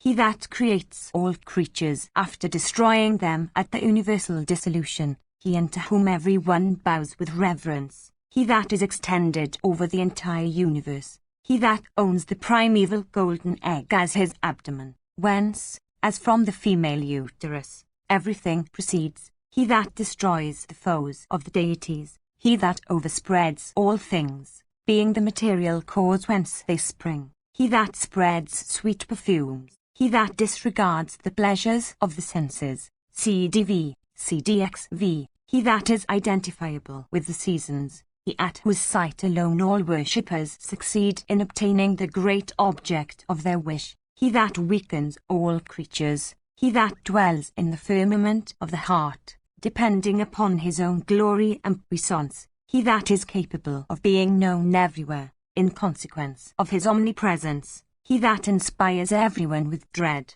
he in whom all creatures dwell, he that is clever in accomplishing all acts, he that constitutes the rest of all creatures, being, as he is, the embodiment of emancipation, he that is endued with competence greater than that of other beings, CDXXV, he in whom the whole universe is spread out, he that is himself immobile and in whom all things rest forever, he that is an object of proof, he that is the indestructible and unchanging seed, he that is sought by all, in consequence of his being happiness, he that has no desire, in consequence of all his desires having been gratified, he that is the great cause, which covers the universe, he that has all sorts of things to enjoy, he that has great wealth wherewith to secure all objects of desire, He that is above despair, he that exists in the form of renunciation, he that is without birth, he that is the stake unto which righteousness is tethered, he that is the great embodiment of sacrifice, he who is the nave of the starry wheel that revolves in the firmament. 601. He that is the moon among the constellations, he that is competent to achieve every feat, he that stays in his own soul when all things disappear, he that cherishes the desire for creation. CDXXXV. He that is the embodiment of all sacrifices, he that is adored in all sacrifices and religious rites, he that is the most adorable of the deities present in the sacrifices that men perform, he that is the embodiment of all such sacrifices in which animals are offered up according to the ordinance, he that is adored by persons before they take any food. 602. He that is the refuge of those that seek emancipation, he that beholds the acts and omissions of all creatures, he whose soul transcends all attributes, he that is possessed of omniscience, he that is identical with knowledge that is unacquired, unlimited, and capable of accomplishing everything. CDXLV. He that is observant of excellent vows, chief amongst which is the granting of favour unto one that solicits it with a pure heart, he that has a face always full of delight, he that is exceedingly subtle, he that utters the most agreeable sounds, in the form of the Veda or as Krishna playing on the lute, he that gives happiness to all his worshippers, he that does good to others without expecting any return, he that fills all creatures with delight, he that has subdued wrath, he that has mighty arms, so mighty that he has slain as if in sport the mightiest of Asuras, he that tears those that are unrighteous. CDLV. He that causes those persons who are destitute of knowledge of the soul to be steeped in the deep sleep of his illusion, he that relies on himself, being entirely independent of all persons and things, he that overspreads the entire universe, he that exists in infinite forms, he that is engaged in vocations infinite in number, he that lives in everything, he that is full of affection towards all his worshippers, he that is the universal Father, all living creatures of the universe being as calves sprung from him, he that holds, in the form of the vast ocean, all jewels and gems in his abdomen, he that is the Lord of all treasures. CDLXV. He that is the protector of righteousness, he that accomplishes all the duties of righteousness, he that is the substratum of righteousness, he that is existent for all time, he that is non-existent, in the form of the universe, for the manifested universe is the result of illusion, he that is destructible, in the form of the universe, he that is indestructible as Chit, he that is, in the form of Jiva, destitute of true knowledge, he that is, in the form of the sun, endued with 1,000 rays, he that ordains, even all such great and mighty creatures as Sashur and Garuda, etc., he that has created all the sastras. CDLXXV. CDLXXXV. He that exists, in the form of the sun, as the centre of innumerable rays of light, he that dwells in all creatures, he that is possessed of great prowess, he that is the master of even Yama and others of similar puissance, he that is the oldest of the deities, existing as he does from the beginning, he that exists in his own glory, casting off all conditions, he that is the lord of even all the deities, he that is the ruler of even him that upholds the deities, viz. Indra, he that transcends birth and destruction, he that tended and protected Kain, in the form of Krishna, he that nourishes all creatures, he that is approachable by knowledge alone, he that is ancient, he that upholds the elements which constitute the body, he that enjoys and endures weal and woe, in the form of Jiva, he that assumed the form of a vast boar, or, he that, in the form of Rama, was the lord of a large monkey host, he that gave plentiful presents unto all in a grand sacrifice performed by him, he that drinks soma in every sacrifice, he that drinks nectar, he that, in the form of soma, chandramas, nourishes all the herbs and plants. He that conquers foes in a trice when even they are infinite in number. He that is of universal form and is the foremost of all existent entities. He that is the chastiser. He that is victorious over all. He whose purposes are incapable of being baffled. He that deserves gifts. He that gives what his creatures have not and who protects what they have. He that holds the life breaths. He that beholds all his creatures as objects of direct vision. He that never beholds anything beside his own self. He that gives emancipation. He whose footsteps, 3 in number, covered heaven, earth, and the nether regions. He who is the receptacle of all the water. He that overwhelms all space, all time, and all things. He that lies on the vast expanse of waters after the universal dissolution. He that causes the destruction of all things. He that is without birth. He that is exceedingly adorable. He that appears in his own nature. He that has conquered all foes, in the form of wrath and other evil passions. He that delights those that meditate on him. He that is joy. He that fills others with delight. He that swells with all causes of delight. He that has truth and other virtues for his indications. He whose footsteps are in the 3 worlds.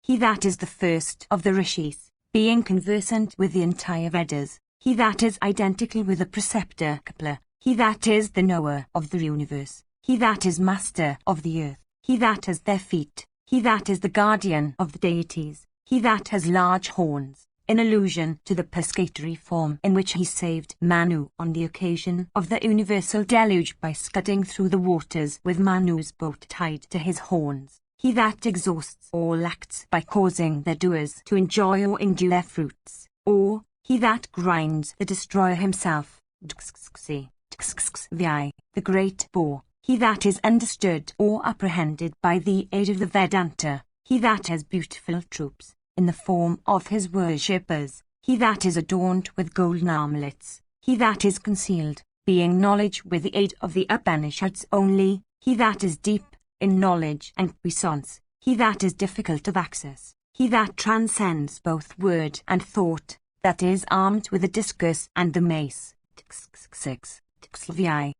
The ordainer. He that is the cause, in the form of helper of the universe. He that has never been vanquished. He that is the island-born Krishna. He that is enduring, in consequence of his transcending decay. He that mows all things and is himself above deterioration. The Varuna, the deity of the waters, the son of Varuna, in the form of Vasishta or Agastya. He that is immovable as a tree. He that is displayed in his own true form in the lotus of the heart. He that creates, preserves, and destroys by only a fiat of the mind. He that is possessed of the 6-fold attributes of sovereignty, etc. He that destroys the 6-fold attributes at the universal dissolution. He that is felicity, in consequence of his swelling with all kinds of prosperity. He that is adorned with the triumphal garland, called Vajayanta. He that is armed with a plough, in allusion to his incarnation as Valadeva. He that took birth from the womb of Aditi, in the form of the dwarf that beguiled Vali. He that is endued with effulgence like unto the suns. He that endures all pairs of opposites, such as heat and cold, pleasure and pain, etc. He that is the foremost refuge of all things. He that is armed with the best of bows, called Saranga. He that was divested of his battle-axe, by Rama of Bhrugu's race. 603. He that is fierce. He that is the giver of all objects of desire. He that is so tall as to touch the very heavens with his head, in allusion to the form he assumed at Vali's sacrifice. He whose vision extends over the entire universe. He that is Vyasa, who distributed the Vedas. He that is the master of speech or all learning. He that is started into existence without the intervention of genital organs. He that is hymned with the 3 foremost Samans. He that is the singer of the Samans. He that is the extinction of all worldly attachments, in consequence of his being the embodiment of renunciation. He that is the medicine, he that is the physician, who applies the medicine, he that has ordained the fourth or last mode of life called renunciation, for enabling his creatures to attain to emancipation, he that causes the passions of his worshippers to be quieted, with a view to give them tranquillity of soul, he that is contented, in consequence of his utter dissociation with all worldly objects, he that is the refuge of devotion and tranquillity of soul,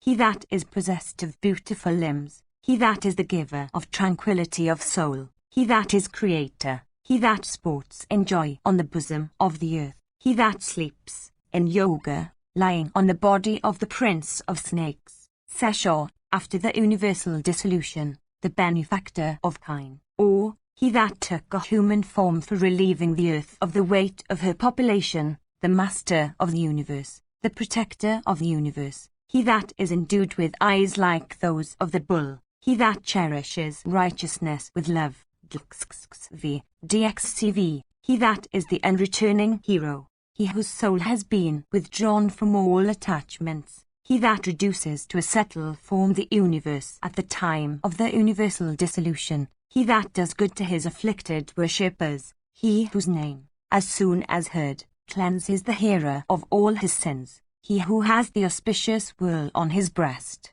he in whom dwells the goddess of prosperity forever, he who was chosen by Lakshmi, the goddess of prosperity, as her lord, he that is the foremost one of all beings endued with prosperity, he that gave prosperity unto his worshippers, the master of prosperity, he that always lives with those that are endued with prosperity, he that is the receptacle of all kinds of prosperity, he that gives prosperity unto all persons of righteous acts according to the measure of their righteousness, he that holds the goddess of prosperity on his bosom, he that bestows prosperity upon those that hear of, praise, and meditate on him, he that is the embodiment of that condition which represents the attainment of unattainable happiness, he that is possessed of every kind of beauty, he that is the refuge of the three worlds, DCV, he that is possessed of beautiful eye, he that is possessed of beautiful limbs, he that is possessed of 100 sources of delight,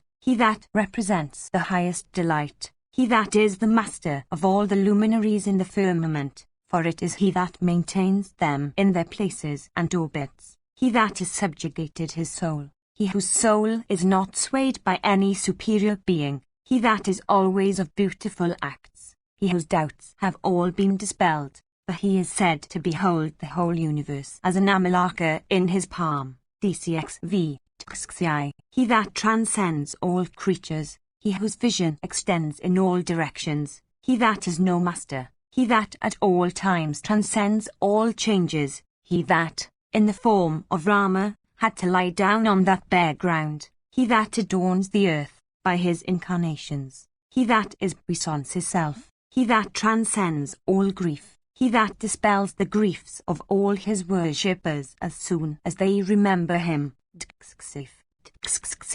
he that is possessed of effulgence, he that is worshipped by all, he that is the water pot, as all things reside within him, he that is of pure soul, he that cleanses all as soon as they hear of him, he that is free and unrestrained, he whose car never turns away from battles, he that is possessed of great wealth, he whose prowess is incapable of being measured,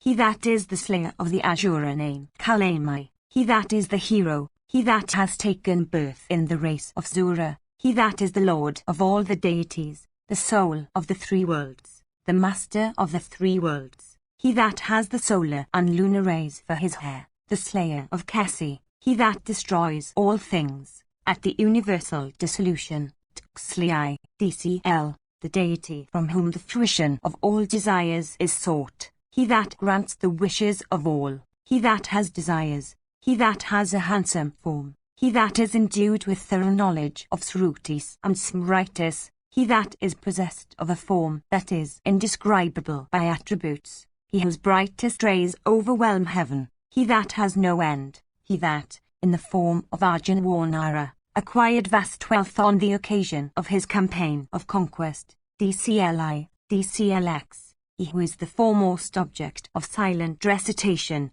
of sacrifice, of the Vedas, and of all religious sects, he that is the creator of penances and the like, he that is the form of, the grandsire, Brahman, he that is the augmenter of penances, he that is conversant with Brahma, he that is of the form of Brahmana, he that has for his limbs him that is called Brahma, he that knows all the Vedas and everything in the universe, he that is always fond of Brahmanas and of whom the Brahmanas also are fond, DCLXX, he whose footsteps cover vast areas, he whose feet are mighty, he who is possessed of vast energy, he that is identical with Vasuki, the king of the snakes, he that is the foremost of all sacrifices, he that is Japa, that first of sacrifices, he that is the foremost of all offerings made in sacrifices, 604, he that is hymned by all, he that loves to be hymned by his worshippers, he that is himself the hymns uttered by his worshippers, he that is the very act of hymning, he that is the person that hymns, he that is fond of battling with everything that is evil, he that is full in every respect, he that fills others with every kind of affluence, he that destroys all sins as soon as he is remembered, he whose acts are all righteous, he that transcends all kinds of disease, he that is endued with the speed of the mind, he that is the creator and promulgator of all kinds of learning, he whose vital seed is gold, he that is giver of wealth, being identical with Kuvara the lord of treasures, he that takes away all the wealth of the Asuras, the son of Vasudeva, he in whom all creatures dwell, he whose mind dwells in all things in thorough identity with them, he that takes away the sins of all who seek refuge in him, DCXC, he that is attainable by the righteous, he whose acts are always good, he that is the one entity in the universe, he that displays himself in diverse forms, he that is the refuge of all those that are conversant with truth, he who has the greatest of heroes for his troops, 605, he that is the foremost of the Adavas, he that is the abode of the righteous, he that sports in joy, in the woods of Brinda, on the banks of Yamuna, 6, he in whom all created things dwell, the deity that overwhelms the universe with his Maya, illusion, he in whom all foremost of beings become merged, when they achieve their emancipation, he whose hunger is never gratified, he that humbles the pride of all, he that fills the righteous with just pride, he that swells with joy, he that is incapable of being seized, he that has never been vanquished, he that is of universal form, he that is of vast form, he whose form blazes forth with energy and effulgence, he that is without form, as determined by acts, he that is of diverse forms, he that is unmanifest, he that is of 100 forms, he that is of 100 faces, he that is one, he that is many, through illusion, he that is full of felicity, he that forms the one grand topic of investigation, he from whom is this all, he that is called that, he that is the highest refuge, he that confines Jiva within material causes, he that is coveted by all, he that took birth in the race of Madhu, he that is exceedingly affectionate towards his worshippers, DCCXXV, DCCXXXV, he that is of golden complexion, he whose limbs are like gold, in hue, he that is possessed of beautiful limbs, he whose person is decked with angadas made with sandal paste, he that is the slayer of heroes, he that has no equal, he that is like cipher, in consequence of no attributes being affirmable of him, he that stands in need of no blessings, in consequence of his fullness, he that never swerves from his own nature and puissance and knowledge, he that is mobile in the form of wind, DCCXLV, he that never identifies himself with anything that is not soul. 606, he that confers honors on his worshippers, he that is honored by all, he that is the Lord of the three worlds, he that upholds the three worlds, he that is possessed of intelligence and memory capable of holding in his mind the contents of all treatises, he that took birth in a sacrifice, he that is worthy of the highest praise, he whose intelligence and memory are never futile, he that upholds the earth, DCCLV, he that pours forth heat in the form of the sun, he that is the bearer of great beauty of limbs, he that is the foremost of all bearers of weapons, he that accepts the flowery and leafy offerings made to him by his worshippers, he that has subdued all his passions and grinds all his foes, he that has none to walk before him,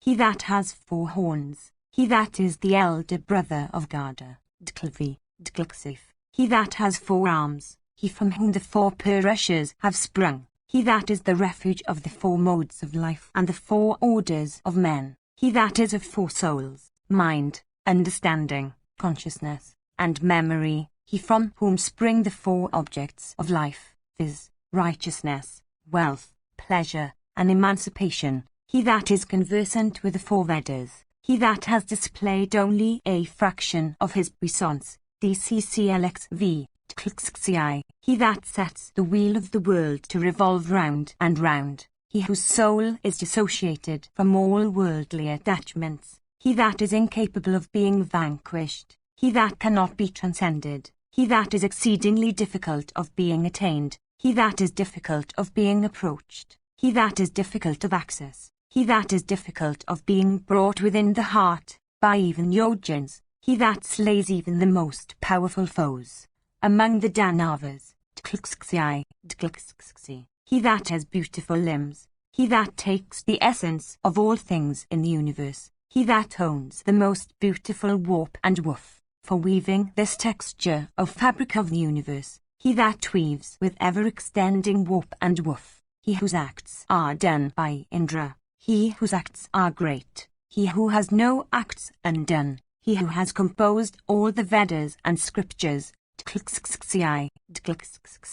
he whose birth is high, he that is exceedingly handsome, he whose heart is full of commiseration, he that has precious gems in his navel, he that has excellent knowledge for his eye, he that is worthy of worship by Brahman himself and other foremost ones in the universe, he that is giver of food, he that assumed horns at the time of the universal dissolution, he that has always subjugated his foes most wonderfully, he that knows all things, he that is ever victorious over those that are of irresistible prowess, DCCXC, 6, he whose limbs are like gold, he that is incapable of being agitated by wrath or aversion or other passion, he that is master of all those who are masters of all speech, he that is the deepest lake, he that is the deepest pit, he that transcends the influence of time, he in whom the primal elements are established, DCCC, he that gladdens the earth, he that grants fruits which are as agreeable as the kunda flowers,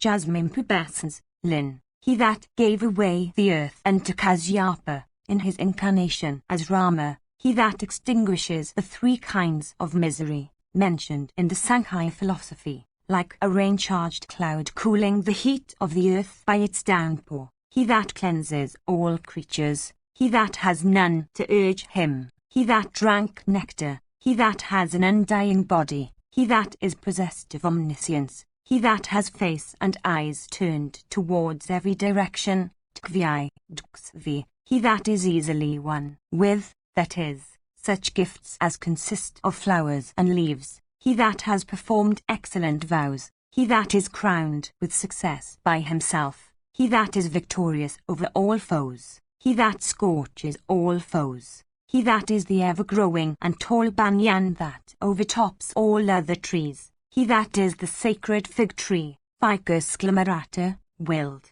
he that is the Ficus religiosa, or, he that is not durable, in consequence of his being all perishable forms in the universe even as he is all the imperishable forms that exist, he that is the slayer of Chan-Ula of the Andhra country, Txvi, DCCCXXV, he that is endued with 1,000 rays, he that has 7 tongues, in the forms of Kali, Karali, etc., he that is 7 flames, in consequence of his being identical with the deity of fire, he that is 7 horses for bearing his vehicle, or, he that owns the steed called Supta, he that is formless, he that is sinless, he that is inconceivable, he that dispels all fears, he that destroys all fears, he that is minute, he that is gross, he that is emaciated, he that is adipose, he that is endued with attributes, he that transcends all attributes, he that is unseizable, he that suffers himself to be easily seized by his worshippers, he that has an excellent face, he that has for his descendants the people of the accidental regions, he that extends the creation consisting of the fivefold primal elements, DCCCXXXV, Dxlv, he that bears heavy weights, in the form of Ananta, he that has been declared by the Vedas, he that is devoted to yoga, he that is the lord of all yogins, he that is the giver of all wishes, he that affords an asylum to those that seek it, he that sets yogins to practice yoga anew after their return to life upon the conclusion of their life of felicity in heaven, he that invests yogins with puissance even after the exhaustion of their merits, he that has goodly leaves, in the form of the Chandas of the Vedas, himself being the tree of the world, he that causes the winds to blow, Dklvi, he that is armed with the bow, in the form of Rama, he that is conversant with the science of arms, he that is the rod of chastisement, he that is chastiser, he that executes all sentences of chastisement, he that has never been vanquished, he that is competent in all acts, he that sets all persons to their respective duties, he that has none to set him to any work, he that has no Yama to slay him, Dklvi, Dklxvi, he that is endued with heroism and prowess, he that has the attribute of sattva, goodness, he that is identical with truth, he that is devoted to truth and righteousness, he that is sought by those who are resolved to achieve emancipation, or, he towards whom the universe proceeds when the dissolution comes,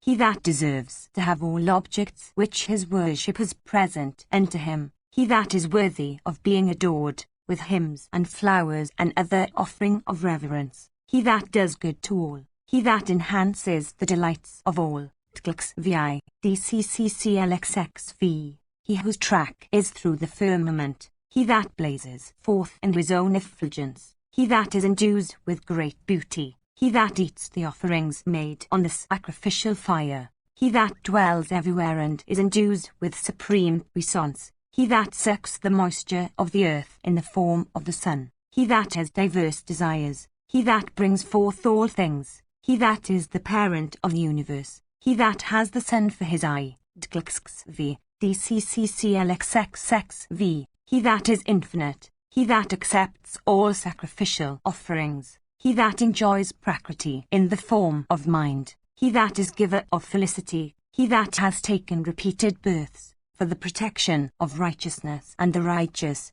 he that is firstborn of all existent things, he that transcends despair, in consequence of the fruition of all his wishes, he that forgives the righteous when they trip, he that is the foundation upon which the universe rests, he that is most wonderful, Dklxvi, DCCCXCV, he that is existent from the beginning of time, he that has been existing from before the birth of the grandsire and others, he that is of the tawny hue, or, he that discovers or illumines all existent things by his rays, he that assumed the form of the great boar, he that exists even when all things are dissolved, he that is the giver of all blessings, he that creates blessings, he that is identifiable with all blessings, he that enjoys blessings, he that is able to scatter blessings, Dxkve, CMV, he that is without wrath, he that lies ensconced in folds, in the form of the snake's heshor, or, he that is adorned with earrings, he that is armed with a discus, he that is endued with great prowess, he whose sway is regulated by the high precepts of the Srutis and the Smritis, he that is incapable of being described by the aid of speech, he whom the Vedantas have striven to express with the aid of speech, he that is the dew which cools those who are afflicted with the three kinds of grief, he that lives in all bodies, endues with the capacity of dispelling darkness, CMVI, he that is divested of wrath, he that is well skilled in accomplishing all acts by thought, word, and deed, he that can accomplish all acts within the shortest period of time, he that destroys the wicked, he that is the foremost of all forgiving persons, he that is foremost of all persons endued with knowledge, he that transcends all fear, he whose names and feats, heard and recited, lead to righteousness, CMXV, he that rescues the righteous from the tempestuous ocean of the world, he that destroys the wicked, he that is righteousness, he that dispels all evil dreams, he that destroys all bad paths for leading his worshippers to the good path of emancipation, he that protects the universe by staying in the attribute of sattva, he that walks along the good path, he that is life, he that exists overspreading the universe, he that is of infinite forms, he that is endued with infinite prosperity, he that has subdued wrath, he that destroys the fears of the righteous, he that gives just fruits, on every side, to sentient beings according to their thoughts and acts, he that is immeasurable soul, he that bestows diverse kinds of fruits on deserving persons for their diverse acts, he that sets diverse commands on gods and men, he that attaches to every act its proper fruit, CMXL, he that has no beginning, he that is the receptacle of all causes as well as of the earth, he that has the goddess of prosperity ever by his side, he that is the foremost of all heroes, he that is adorned with beautiful armlets, he that produces all creatures, he that is the original cause of the birth of all creatures, he that is the terror of all the wicked Asuras, he that is endued with terrible prowess,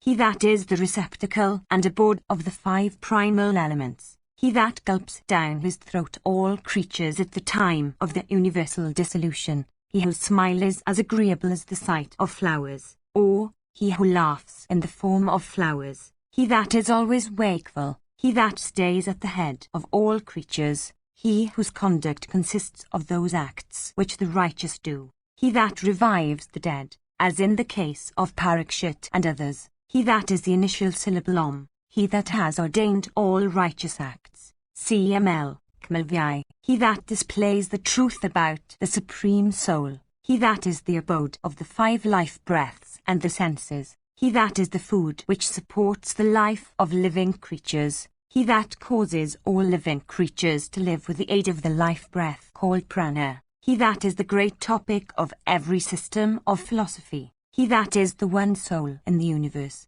he that transcends birth, decrepitude, and death, CMLXV, he that rescues the universe in consequence of the sacred syllable B, Bhuva, Swa, and the others with which Homer offerings are made, he that is the great rescuer, he that is the sire of all, he that is the sire of even the grandsire, Brahman, he that is of the form of sacrifice, he that is the lord of all sacrifices, being the great deity that is adored in them, he that is the sacrificer, he that is sacrifices for his limbs, he that upholds all sacrifices, CMLXXV, he that protects sacrifices, he that has created sacrifices, he that is the foremost of all performers of sacrifices, he that enjoys the rewards of all sacrifices, he that causes the accomplishment of all sacrifices, he that completes all sacrifices by accepting the full libation at the end, he that is identical with such sacrifices as are performed without desire of fruit, he that is the food which sustains all living creatures, he that is also the eater of that food, he that is himself the cause of his existence, he that is self-born, he that penetrated through the solid earth, and repairing to the nether regions slew Hiranyaksha and others. He that sings the Samans, he that is the delighter of Atavaki, he that is the creator of all, he that is the Lord of the earth, he that is the destroyer of the sins of his worshippers. CMLXXXV, Kmxi, he that bears the conch, Panchajanya, in his hands, he that bears the sword of knowledge and illusion, he that sets the cycle of the yugas to revolve ceaselessly, he that invests himself with consciousness and senses, he that is endued with the mace of the most solid understanding, he that is armed with a car wheel, he that is incapable of being agitated, he that is armed with all kinds of weapons, Kmxi, salutations to him. Even thus have I recited to thee, without any exception, the 1,000 excellent names of the high Sultkasava whose glory should always be sung. That man who hears the names every day or who recites them every day, never meets with any evil either here or hereafter. If a Brahmana does this, he succeeds in mastering the Vedanta. If a Kshatriya does it, he becomes always successful in battle. A Vaisya, by doing it, becomes possessed of affluence, while a Sudra earns great happiness. If one becomes desirous of earning the merit of righteousness, one succeeds in earning it by hearing or reciting these names. If it is wealth that one desires, one succeeds in earning wealth by acting in this way. So also the man who wishes for enjoyments of the senses succeeds in enjoying all kinds of pleasures, and the man desirous of offspring acquires offspring by pursuing this course of conduct. That man who with devotion and perseverance and heart wholly turn towards him, recites these 1,000 names of Vasudeva every day, after having purified himself, succeeds in acquiring great fame, a position of eminence among his kinsmen, enduring prosperity, and lastly, that which is of the highest benefit to him, viz., emancipation itself. Such a man never meets with fear at any time, and acquires great prowess and energy. Disease never afflicts him. Splendor of complexion, strength, beauty, and accomplishments become his. The sick become hale, the afflicted become freed from their afflictions, the affrighted become freed from fear, and he that is plunged in calamity becomes freed from calamity. The man who hymns the praises of that foremost of beings by reciting his 1,000 names with devotion succeeds in quickly crossing all difficulties. That mortal who takes refuge in Vasudeva and who becomes devoted to him, becomes freed of all sins and attains to eternal Brahma. They who are devoted to Vasudeva have never to encounter any evil. They become freed from the fear of birth, death, decrepitude, and disease. That man who with devotion and faith recites this hymn, consisting of the 1,000 names of Vasudeva, succeeds in acquiring felicity of soul, forgiveness of disposition, prosperity, intelligence, memory, and fame. Neither wrath, nor jealousy, nor cupidity, nor evil understanding ever appears in those men of righteousness who are devoted to that foremost of beings. The firmament with the sun, moon and stars, the welkin, the points of the compass, the earth and the ocean, are all held and supported by the prowess of the high souled Vasudeva. The whole mobile and immobile universe with the deities, Asuras, and Gandharvas, Yakshas, Iragas and Rakshasas, is under the sway of Krishna. The senses, mind, understanding, life, energy, strength and memory, it has been said, have Vasudeva for their soul. Indeed, this body that is called Kshra, and the intelligent soul within, that is called the knower of Kshra, also have Vasudeva for their soul. Conduct, consisting of practices, is said to be the foremost of all topics treated of in the scriptures. Righteousness has conduct for its basis. The unfading Vasudeva is said to be the Lord of righteousness. The rishis, the Pitras, the deities, the great, primal, elements, the metals, indeed, the entire mobile and immobile universe, has sprung from Narayana. Yoga, the Sankhya philosophy, knowledge, all mechanical arts, the Vedas, the diverse scriptures, and all learning, have sprung from Janardana. Vishnu is the one great element or substance which has spread itself out into multifarious forms, covering the three worlds. He, the soul of all things, enjoys them all.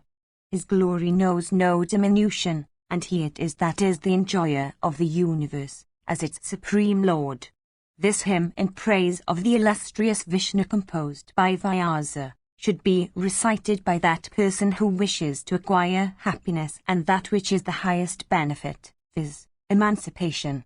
Those persons that worship and adore the Lord of the universe, that deity who is inborn and possessed of blazing effulgence, who is the origin or cause of the universe, who knows on deterioration, and who is endued with eyes that are as large and beautiful as the petals of the lotus, have never to meet with any discomfiture. Section CL. Yudhishthira said, O grandsire, O thou with great wisdom, O thou that art conversant with all branches of knowledge, what is that subject of silent recitation by reciting which every day one may acquire the merit of righteousness in a large measure? What is that mantra, the recitation which bestows success if recited on the occasion of setting out on a journey or in entering a new building, or at the commencement of any undertaking, or on the occasion of sacrifices in honor of the deities or of the Pitris? It behoveth thee to tell me what mantra it is, which propitiates all malevolent influences, or leads to prosperity or growth, or protection from evil, or the destruction of foes, or the dispelling of fears, and which, at the same time, is consistent with the Vedas. Bhishma said, Hear, O king, with concentrated attention, what that mantra is which was declared by Vyasa. It was ordained by Savitri and is possessed of great excellence. It is capable of cleansing a person immediately of all his sins. Hear, O sinless one, as I recite to thee the ordinances in respect of that mantra. Indeed, O chief of the sons of Pandu, by listening to those ordinances, one becomes cleansed of all one's sins. One who recites this mantra day and night becomes never stained by sin. I shall now declare it to thee what that mantra is. Do thou listen with concentrated attention. Indeed, the man that hears it becomes endued with long life, O prince, and attaining to the fruition of all his wishes, sports in felicity both here and hereafter. This mantra, O king, was daily recited by the foremost of royal sages devoted to the practice of Kshatriya duties and steadily observant of the vow of truth.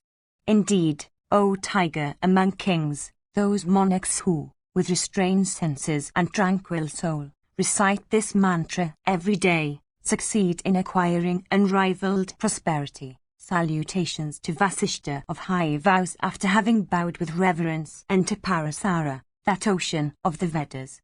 Salutations to the great snake Ananta, and salutations to all those who are crowned with success, and who are of unfading glory. Salutations to the Rishis, and unto him that is the highest of the high, the God of gods, and the giver of boons unto all those that are foremost.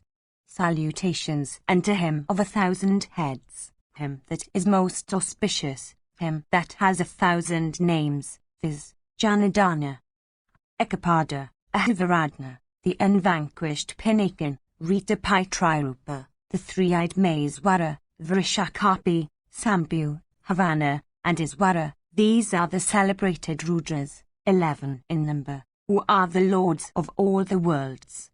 Even these 11 high-souled ones have been mentioned as 100 in the Siddharudra of the Vedas.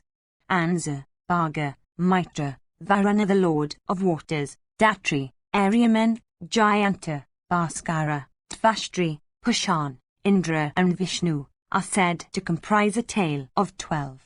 These 12 are called Adityas, and they are the sons of Kasyapa, as the Sruti declares. Dara, Dhruva, Sam, Savitara, Anla, Pratasha, and Prabhava are the 8 Vasas named in the scriptures. Nazataya and Dasra are said to be the 2 Aswins. They are the sons of Martanda, born of his spouse Samchna, from whose nostrils they came out. After this, I shall recite the names of those who are the witnesses of all acts in the worlds. They take note of all sacrifices, of all gifts, of all good acts. Those lords among the deities behold everything although they are invisible. Indeed, they behold all the good and bad acts of all beings. They are Mritu, Kala, the Viswadevyas, the Baitrus endued with forms, the great Rishis possessed of wealth of penances, the Munis, and others crowned with success and devoted to penances and emancipation. These of sweet smiles bestow diverse benefits upon those men that recite their names. Verily, endued with celestial energy, they bestow diverse regions of felicity created by the grandsire upon such men. They reside in all the worlds and attentively note all acts. By reciting the names of those lords of all living creatures, one always becomes endued with righteousness and wealth and enjoyments in copious measure. One acquires hereafter diverse regions of auspiciousness and felicity created by the Lord of the universe.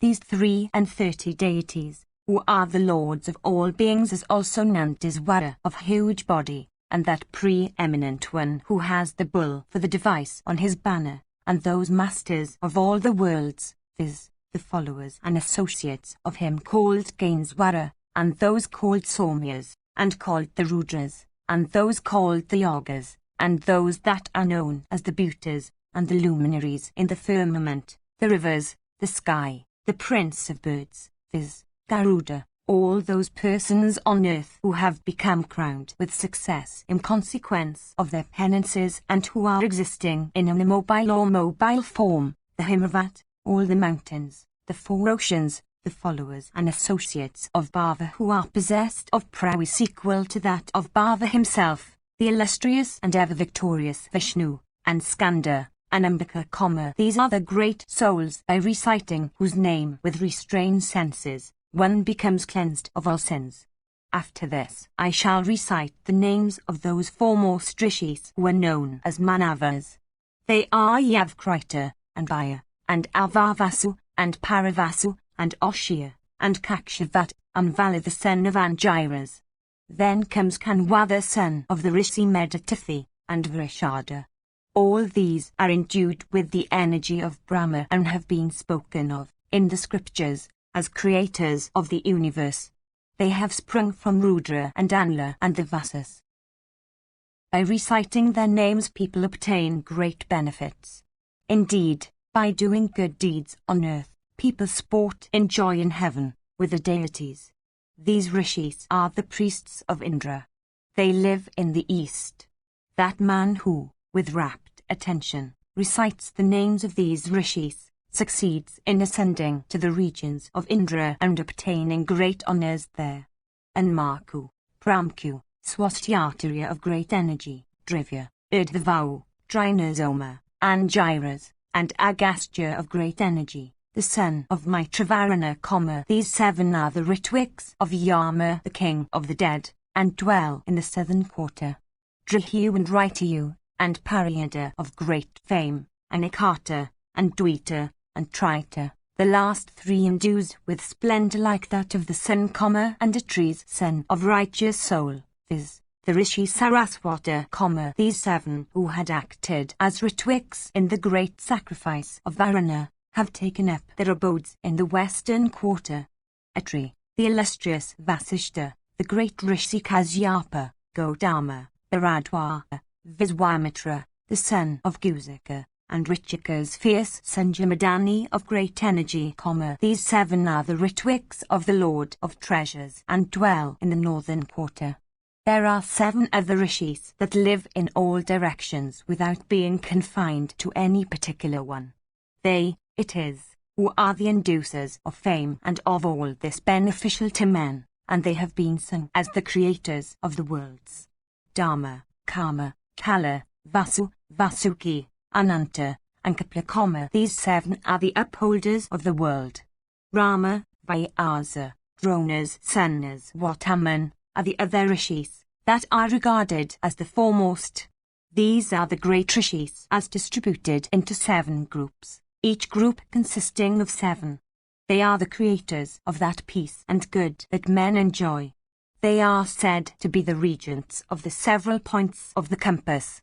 One should turn one's face to that direction in which one of these rishis live if one wishes to worship him. Those rishis are the creators of all creatures and have been regarded as the cleansers of all. Samvata, Marusavana, the righteous Markandeya, and Sankhya and Yoga, and Narada and the great Rishi Devasakoma, these are endued with severe penance and great self-restraint, and are celebrated over the 3 worlds. There are others who are equal to Rudra himself. They live in the region of Brahman. By naming them with reverence, a sonless man obtains a son, and a poor man obtains wealth. Indeed, by naming them, one acquires success in religion, and wealth and pleasure. One should also take the name of that celebrated king who was emperor of all the earth and equal to a Prajapati, viz., that foremost of monarchs, Prithu, the son of Vena. The earth became his daughter, from love and affection. One should also name Pauravas of the solar race and equal unto Mahendra himself in prowess. He was the son of Ila and celebrated over the 3 worlds. One should, indeed, take the name of that dear son of Vada. One should also take the name of Bharata, that hero celebrated over the 3 worlds. He also who in the great age adored the gods in a grand Gomeda sacrifice, viz., Rantideva of great splendor, who was equal unto Mahadeva himself, should be named. Endued with penances, possessed of every auspicious mark, the source of every kind of benefit to the world, he was the conqueror of the universes. One should also take the name of the royal sage Sweta of illustrious fame. He had gratified the great Mahadeva, and it was for his sake that Andaka was slain. One should also take the name of the royal sage Bhagirata of great fame, who, through the grace of Mahadeva, succeeded in bringing down the sacred river from heaven, for flowing over the earth and cleansing all human beings of their sins. It was Bhagirata who caused the ashes of the 60,000 sons of Sagara to be overflowed with the sacred waters of Ganga and thereby rescued them from their sin. Indeed, one should take the names of all these that were endued with the blazing effulgence of fire, great beauty of person, and high energy. Some of them were of awe-inspiring forms and great might. Verily, one should take the names of these deities and rishis and kings, those lords of the universe, who are enhancers of fame. Sankhya, and Yoga, which is highest of the high, and Havya and Kavya, and that refuge of all the Srutis, viz., Supreme Brahma, have been declared to be the sources of great benefit to all creatures. These are sacred and sin-cleansing and have been spoken of very highly. These are the foremost of medicines for allaying all diseases, and are the inducers of the success in respect of all deeds. Restraining one's senses, one should, O Bharata, take the names of these, morning and evening. It is these that protect. It is these that shower rain. It is these that shine and give light and heat. It is these that blow. It is these that create all things. These are regarded as the foremost of all, as the leaders of the universe, as highly clever in the accomplishment of all things, as endued with forgiveness, as complete masters of the senses. Indeed, it has been said that they dispel all the evils to which human beings are subject. These high-souled ones are the witnesses of all good and bad deeds. Rising up in the morning, one should take their names, for by this, one is sure to acquire all that is good. He who takes the names of them becomes freed from the fear of fires and of thieves. Such a man never finds his way obstructed by any impediment. By taking the names of these high-souled ones, one becomes free from bad dreams of every kind.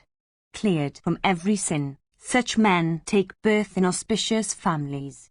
That regenerate person who, with restrained senses, recites these names on the occasions of performing the initiatory rites of sacrifices and other religious observances, becomes, as the consequence thereof, endued with righteousness, devoted to the study of the soul, possessed of forgiveness and self-restraint, and free from malice. If a man that is afflicted with disease recites them, he becomes freed from his sin in the form of disease. By reciting them within a house, all evils are dispelled from the inmates. By reciting them within a field, the growth is helped of all kinds of crops. Reciting them at the time of setting out on a journey, or while one is away from one's home, one meets with good fortune. These names lead to the protection of one's own self, of one's children and spouses, of one's wealth, and of one's seeds and plants. The Kshatriya who recites these names at the time of joining a battle sees destruction overtake his foes and good fortune crown him and his party.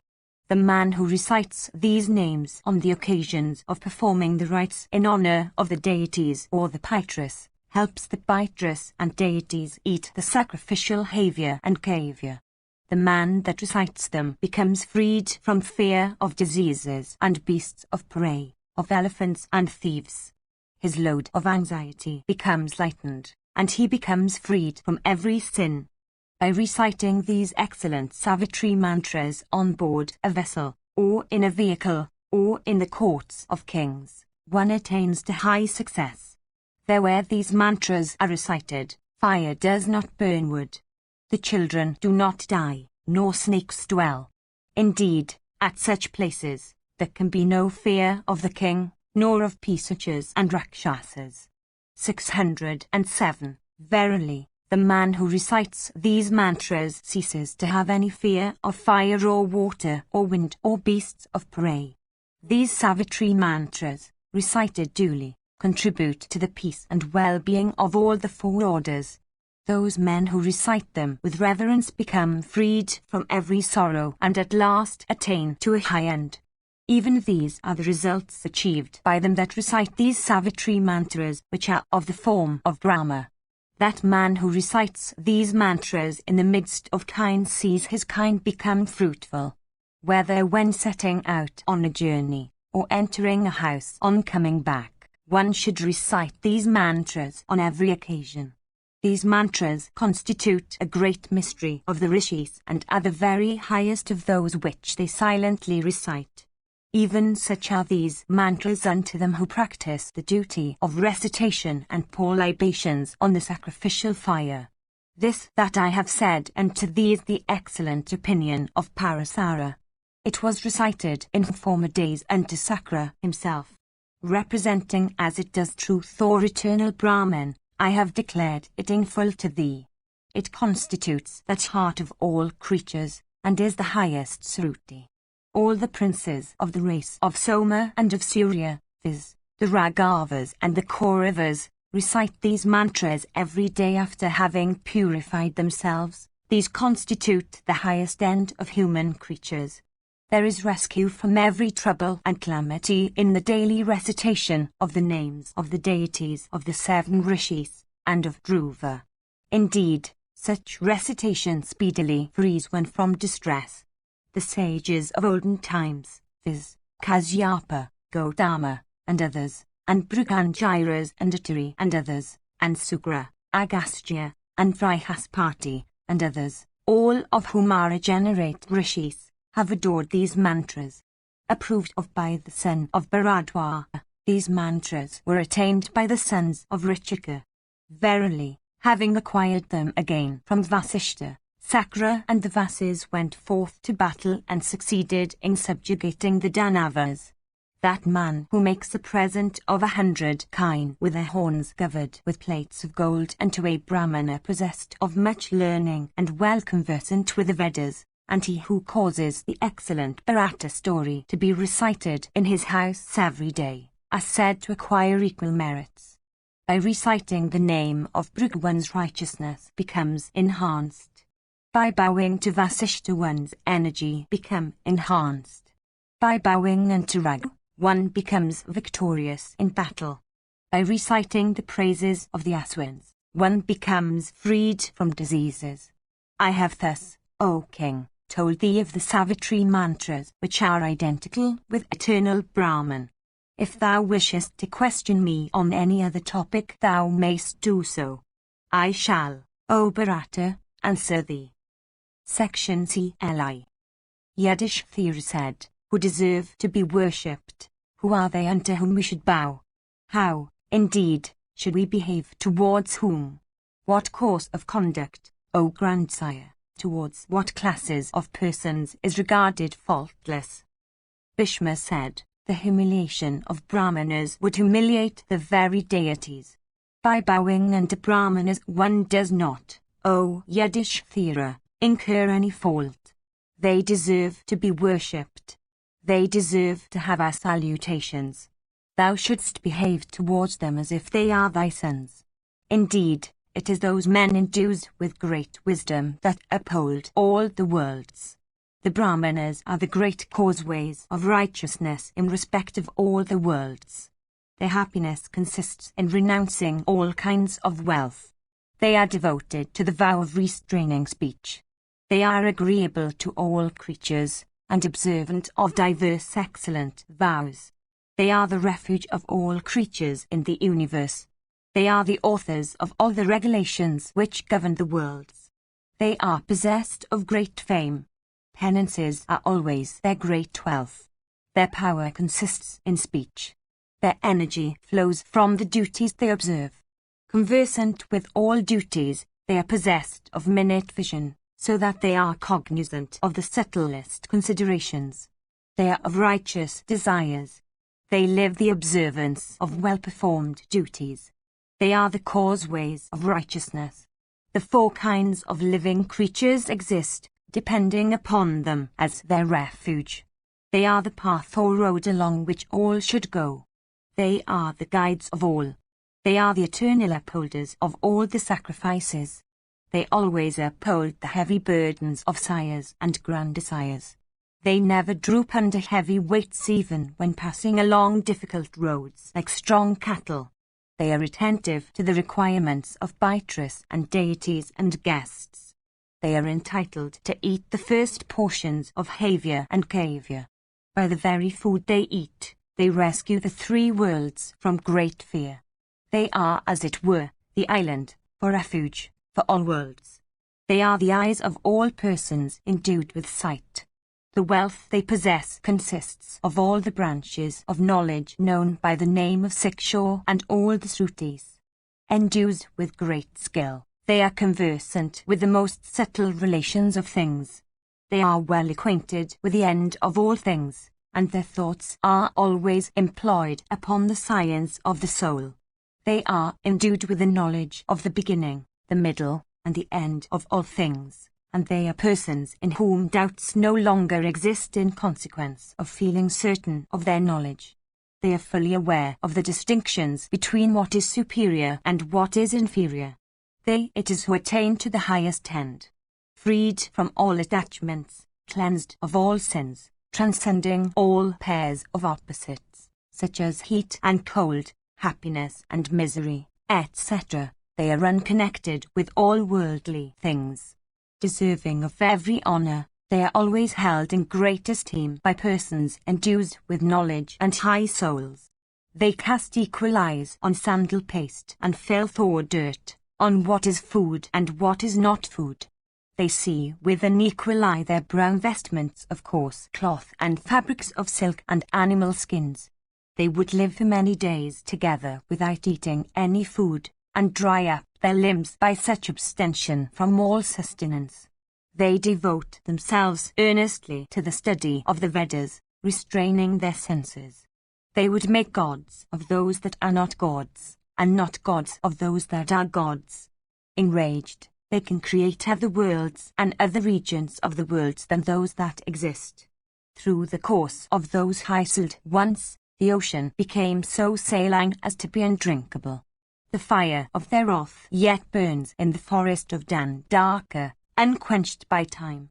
They are the gods of the gods, and the cause of all cause. They are the authority of all authorities. What man of intelligence and wisdom is there that would seek to humiliate them? Amongst them the young and the old all deserve honors. They honor one another, not in consequence of distinctions of age but in consequence of distinctions in respect of penances and knowledge. Even the Brahmana that is destitute of knowledge is a god and is a high instrument for cleansing others. He amongst them, then, that is possessed of knowledge has a much higher god, and like unto the ocean when full to the brim. Learned or unlearned, Brahmana is always a high deity. Sanctified or unsanctified, with the aid of mantras, fire is ever a great deity. A blazing fire, even when it burns on a crematorium, is not regarded as tainted in consequence of the character of the spot where on it burns. Clarified butter looks beautiful whether kept on the sacrificial altar or in a chamber. So, if a Brahmana be always engaged in evil acts, he is still to be regarded as deserving of honor. Indeed, know that the Brahmana is always a high deity. Section Cli. Yudhishthira said, Tell us, O king, what is that reward attached to the worship of Brahmanas, seeing which thou worshippest them, O thou of superior intelligence? Indeed, what is that success, flowing from their worship, guided by which thou worshippest them? Bhishma said, In this connection is cited this old narrative of a conversation between Pavana and Arjuna, O Bharata. Endued with 1,000 arms and great beauty, the mighty Kartavirya, in days of yore, became the lord of all the world. He had his capital in the city of Mahishmati. Of unbaffled prowess, that chief of the higher race of Kshatriyas swayed the whole earth with her belt of seas, together with all her islands and all her precious mines of gold and gems. Keeping before him the duties of the Kshatriya order, as also humility and Vedic knowledge, the king made large gifts of wealth unto the Rishiditriya. Indeed, the son of Gritavirya thus adored the great ascetic who, becoming pleased with him, asked him to solicit 3 boons. Thus requested by the Rishi in respect of boons, the king addressed him, saying, Let me become endued with 1,000 arms when I am in the midst of my troops. While, however, I remain at home, let me have, as usual, only 2 arms. Indeed, let combatants, when engaged in battle, behold me possessed of 1,000 arms, observant also of high vows. Let me succeed in subjugating the whole earth by dint of my prowess. Having acquired the earth righteously, let me sway her with vigilance. There is a 4th boon which, O foremost of regenerate persons, I solicit thee to grant. O faultless one, in consequence of the disposition to favour me, it behoveth thee to grant it to me. Dependent that I am on thee, whenever I may happen to go wrong, let the righteous come forth to instruct and set me right. Thus addressed, the Brahmana replied unto the king, saying, So let it be. Even thus were those boons acquired by that king of blazing effulgence. Riding then on his car, whose splendour resembled that of fire or the sun, the monarch, blinded by his great prowess, said, Who, indeed, is there that can be regarded as my equal in patience and energy, in fame and heroism, in prowess and strength? After he had uttered these words, an invisible voice in the welkin said, O ignorant wretch, dost thou not know that the Brahmana is superior to the Kshatriya? The Kshatriya, assisted by the Brahmana, rules all creatures. Arjuna said, When gratified, I am able to create many creatures. When angry, I am able to destroy all. In thought, word, and deed, I am the foremost. The Brahmana is certainly not above me. The first proposition here is that the Brahmana is superior to the Kshatriya. The counter-proposition is that the Kshatriya is superior. Thou hast said, O invisible being, that the two are united together, in the act upon which the Kshatriya's superiority is sought to be based. A distinction, however, is observable in this. It is seen that Brahmanas take refuge with Kshatriyas. The Kshatriyas never seek the refuge of Brahmanas. Indeed, throughout the earth, the Brahmanas, accepting such refuge under the pretense of teaching the Vedas, draw their sustenance from the Kshatriyas. The duty of protecting all creatures is vested in Kshatriyas. It is from the Kshatriyas that the Brahmanas derive their sustenance. How then can the Brahmana be superior to the Kshatriyas? Well, I shall from today bring under my subjection your Brahmanas who are superior to all creatures but who have mendicancy for their occupation and who are so self-conceited. What the Virgin Gayatri has said from the welkin is not true. Robed in skins, the Brahmanas move about in independence. I shall bring those independent whites under my subjection. Deity or man, there is none in the three world who can hurl me from the sovereignty I enjoy. Hence, I am certainly superior to the Brahmanas. This world that is now regarded as having Brahmanas for its foremost denizens shall soon be made such as to have Kshatriyas for its foremost denizens. There is none that is capable of bearing my might in battle. Hearing these words of Arjuna, the welkin-ranging goddess became agitated. Then the god of wind, addressing the king from the sky, said, "Cast off this sinful attitude. Bow unto the Brahmanas. By injuring them thou wilt bring about troubles on thy kingdom. The Brahmanas will either slay thee, king though thou art, or, endued with great might that they are, they will drive thee away from thy kingdom, despoiling thee of thy energy." The king, hearing this speech, addressed the speaker, saying, "Who, indeed, art thou?" The god of wind answered, "I am the god of wind and the messenger of the deities. I say unto thee what is for thy benefit." Arjuna said, "Oh, I see that thou hast today shown thy devotion and attachment to the Brahmanas.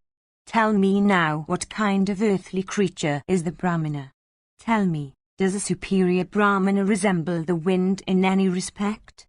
Or is he like water, or fire, or the sun, or the firmament?" Section Cli. The god of wind said, "Hear, O deluded man, what the attributes are that belong to Brahmanas, all of whom are endued with high souls. The Brahmana is superior to all those which, O king, thou hast named. In days of yore, the earth, indulging in a spirit of rivalry with the king of the Angas, forsook her character as earth. The regenerate Kasyapa caused destruction to overtake her by actually paralyzing her. The Brahmanas are always unconquerable, O king, in heaven as also on earth. In days of yore, the great Rishi Angiras, through his energy, drank off all the waters. The high-souled Rishi, having drank off all the waters as if they were milk, did not feel yet his thirst to be slaked. He, therefore, once more caused the earth to be filled with water by raising a mighty wave. On another occasion, when Angiras became enraged with me, I fled away, leaving the world, and dwelt for a long time concealed in the Agnihotra of the Brahmanas through fear of that Rishi.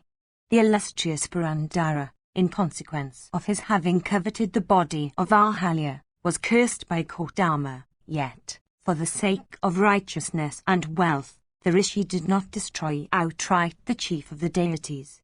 The ocean, O king, that was full in former days of crystal water, cursed by the Brahmanas, became saline in taste.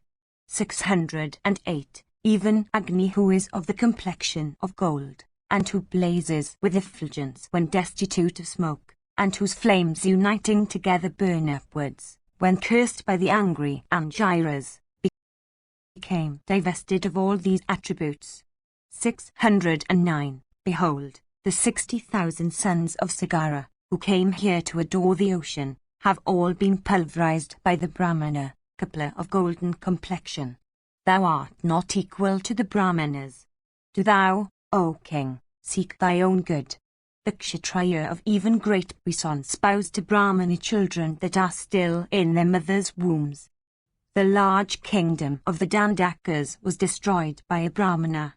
The mighty Kshatriya Dilajangala was destroyed by a single Brahmana, viz., Orva. thou too hast acquired a large kingdom, great might, religious merit, and learning, which are all difficult of attainment, through the grace of Aditya. Why dost thou, O Arjuna, worship Agni every day, who is a Brahmana? He is the bearer of sacrificial libations from every part of the universe. Art thou ignorant of this fact? Why, indeed, dost thou suffer thyself to be stupefied by folly when thou art not ignorant of the fact that a superior Brahmana is the protector of all creatures in the world and is, indeed, the creator of the living world? The Lord of all creatures, Brahman, unmanifest, endues with puissance, and of unfading glory, who created this boundless universe with its mobile and immobile creatures, is a Brahman. Some persons there are, destitute of wisdom, who say that Brahman was born of an egg. From the original egg, when it burst forth, mountains and the points of the compass and the waters and the earth and the heavens all sprang forth into existence. This birth of the creation was not seen by anyone. How then can Brahman be said to have taken his birth from the original egg, when especially he is declared as unborn? It is said that vast uncreate space is the original egg. It was from this uncreate space, or supreme Brahman, that the grandsire was born. If thou askest, whereon would the grandsire, after his birth from uncreate space, rest, for there was then nothing else? The answer may be given in the following words: there is an existent being of the name of consciousness. That mighty being is endued with great energy. There is no egg. Brahman, however, is existent. He is the creator of the universe and is its king. Thus addressed by the god of wind, King Arjuna remained silent. 610. Section Cliff. The god of wind said, once on a time, O king, a ruler of the name of anger desired to give away the whole earth as sacrificial present unto the Brahmanas. At this, the earth became filled with anxiety. I am the daughter of Brahman. I hold all creatures. Having obtained me, alas, why does this foremost of kings wish to give me away unto the Brahmanas? Abandoning my character as the soil, I shall now repair to the presence of my sire. Let this king with all his kingdom meet with destruction. Arrived at this conclusion, she departed for the region of Brahman. The rishi Kasyapa, beholding goddess Earth on the point of departing, himself immediately entered the visible embodiment of the goddess, casting off his own body, by the aid of yoga. The earth, thus penetrated by the spirit of Kasyapa, grew in prosperity and became full of all kinds of vegetable produce. Indeed, O king, for the time that Kasyapa pervaded the earth, righteousness became foremost everywhere and all fears ceased. In this way, O king, the earth remained penetrated by the spirit of Kasyapa for 30,000 celestial years, fully alive to all those functions which it used to discharge while it was penetrated by the spirit of Brahman's daughter. Upon the expiry of this period, the goddess returned from the region of Brahman and arrived here, bowed unto Kasyapa, and from that time became the daughter of that rishi. Kasyapa is a Brahmana. Even this was the feat, O king, that a Brahmana did. Tell me the name of the Kshatriya who can be held to be superior to Kasyapa. Hearing these words, King Arjuna remained silent. And to him the god of wind once more said, Hear now, O king, the story of Utathaya, who was born in the race of Angiras. The daughter of Soma, named Bhadra, came to be regarded as unrivaled in beauty. Her sire Soma regarded Utathaya to be the fittest of husbands for her.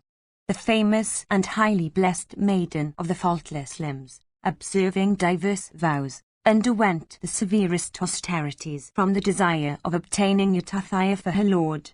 After a while, Soma's father Atri, inviting Utathaya to his house, bestowed upon him the famous maiden. Utathaya, who used to give away sacrificial presents in copious measure, duly received the girl for his wife. It so happened, however, that the handsome Varuna had, from a long time before, coveted the girl. Coming to the woods where Utathaya dwelt, Varuna stole away the girl when she had plunged into the Yamuna for a bath. Abducting her thus, the Lord of the Waters took her to his own abode. That mansion was of a wonderful aspect. It was adorned with 600,000 lakes. There is no mansion that can be regarded more beautiful than that palace of Varuna. It was adorned with many palaces and by the presence of diverse tribes of apsaras and of diverse excellent articles of enjoyment. There, within that palace, the Lord of Waters, O King, sported with the damsel.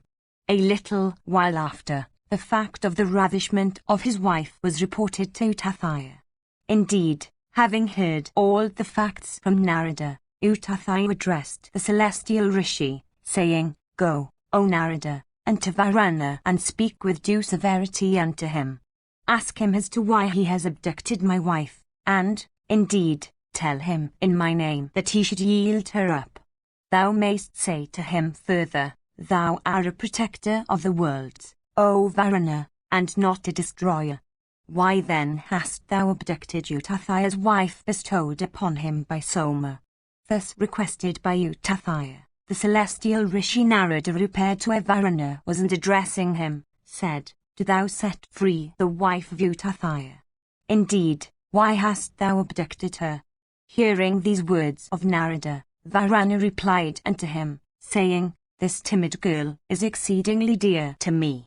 I dare not let her go. Receiving this reply, Narada repaired to Utathaya and cheerlessly said, O great ascetic, Varuna has driven me out from his house, seizing me by the throat. He is unwilling to restore to thee thy spouse. Do thou act as thou pleasest. Hearing these words of Narada, Angiras became inflamed with wrath. Endued with wealth of penances, he solidified the waters and drank them off, aided by his energy. When all the waters were thus drunk off, the lord of that element became very cheerless with all his friends and kinsfolk. For all that, he did not still give up Utathaya's wife. Then Utathaya, that foremost of regenerate persons, filled with wrath, commanded earth, saying, O amiable one, do thou show land where there are at present the 600,000 lakes. At these words of the rishi, the ocean receded from the spot indicated, and land appeared which was exceedingly sterile. And to the rivers that flowed through that region, Utathaya said, O Saraswati, do thou become invisible here. Indeed, O timid lady, leaving this region, go thou to the desert. O auspicious goddess, let this region, destitute of thee, cease to become sacred. When that region, in which the Lord of Waters dwelt, became dry, he repaired to Angiras, taking with him Utathaya's spouse, and made her over to him. Getting back his wife, Utathaya became cheerful. Then, O chief of the Haya race, that great Brahmana rescued both the universe and the Lord of Waters from the situation of distress into which he had brought them. Conversant with every duty, the Rishi Utathaya of great energy, after getting back his spouse, O king, said so unto Varuna, I have recovered my wife, O Lord of Waters, with the aid of my penances and after inflicting such distress on thee as made thee cry aloud in anguish. Having said this, he went home with that wife of his. Even such, O king, was Utathaya, that foremost of Brahmanas. Shall I go on? Or will you yet persist in thy opinion? What, is there a Kshatriya that is superior to Utathaya? Section CLV. Bhishma said, thus addressed, King Arjuna remained silent. The god of wind once more spoke to him, Listen now, O king, to the story of the greatness of the Brahmana Agastya. Once on a time, the gods were subjugated by the Asuras, upon which they became very cheerless. The sacrifices of the deities were all seized, and the swadha of the Baitress was also misappropriated. Indeed, O chief of the Hayas, all the religious acts and observances of human beings also were suspended by the Danavas. Divested of their prosperity, the deities wandered over the earth as we have heard. One day, in course of their wandering, they met Agastya of high vows. That Brahmana, O king, was endued with great energy and splendor, which was as blazing as that of the sun. Saluting him duly, the deities made the usual inquiries of politeness. They then, O king, said these words unto the titled one: We have been defeated by the Danavas in battle and have, therefore, fallen off from affluence and prosperity. Do thou, therefore, O foremost of ascetics, rescue us from this situation of great fear. Thus informed of the plight to which the deities had been reduced, Agastya became highly incensed with the Danavas. Possessed of great energy, he at once blazed forth like the all-consuming fire at the time of the universal dissolution. With the blazing rays that then emanated from the rishi, the Danavas began to be burnt. Indeed, O king, thousands of them began to drop down from the sky. Burning with the energy of Agastya, the Danavas, abandoning both heaven and earth, fled towards the southern direction. At that time the Danava king Vali was performing a horse sacrifice in the nether regions. Those great Asuras who were with him in those regions, or who were dwelling in the bowels of the earth, were not burnt. The deities, upon the destruction of their foes, then regained their own regions, their fears entirely dispelled. Encouraged by what he accomplished for them, they then solicited the rishi to destroy those Asuras who had taken refuge within the bowels of the earth or in the nether regions. Thus solicited by the gods, Agastya replied unto them, saying, Yes, I am fully competent to consume those Asuras that are dwelling underneath the earth, but if I achieve such a feat, my penances will suffer a diminution. Hence, I shall not exert my power. Even thus, O king, were the Danavas consumed by the illustrious rishi with his own energy. Even thus did Agastya of cleansed soul, O monarch, accomplish that feat with the aid of his penances. O sinless one, even so was Agastya as described by me. Shall I continue? Or will you say anything in reply? Is there any Kshatriya who is greater than Agastya? Bhishma continued, thus addressed. King Arjuna remained silent. The god of wind once more said, Hear, O king, one of the great feats of the illustrious Vasishtha. Once on a time the deities were engaged in performing a sacrifice on the shores of the lake of Kanasa. Knowing of his puissance, the sacrificing gods thought of Vasishtha and made him their priest in imagination. Meanwhile, seeing the gods reduced and emaciated in consequence of the dikshaw they were undergoing, a race of Danavas, of the name of Kalins, of statures as gigantic as mountains, desired to slay them.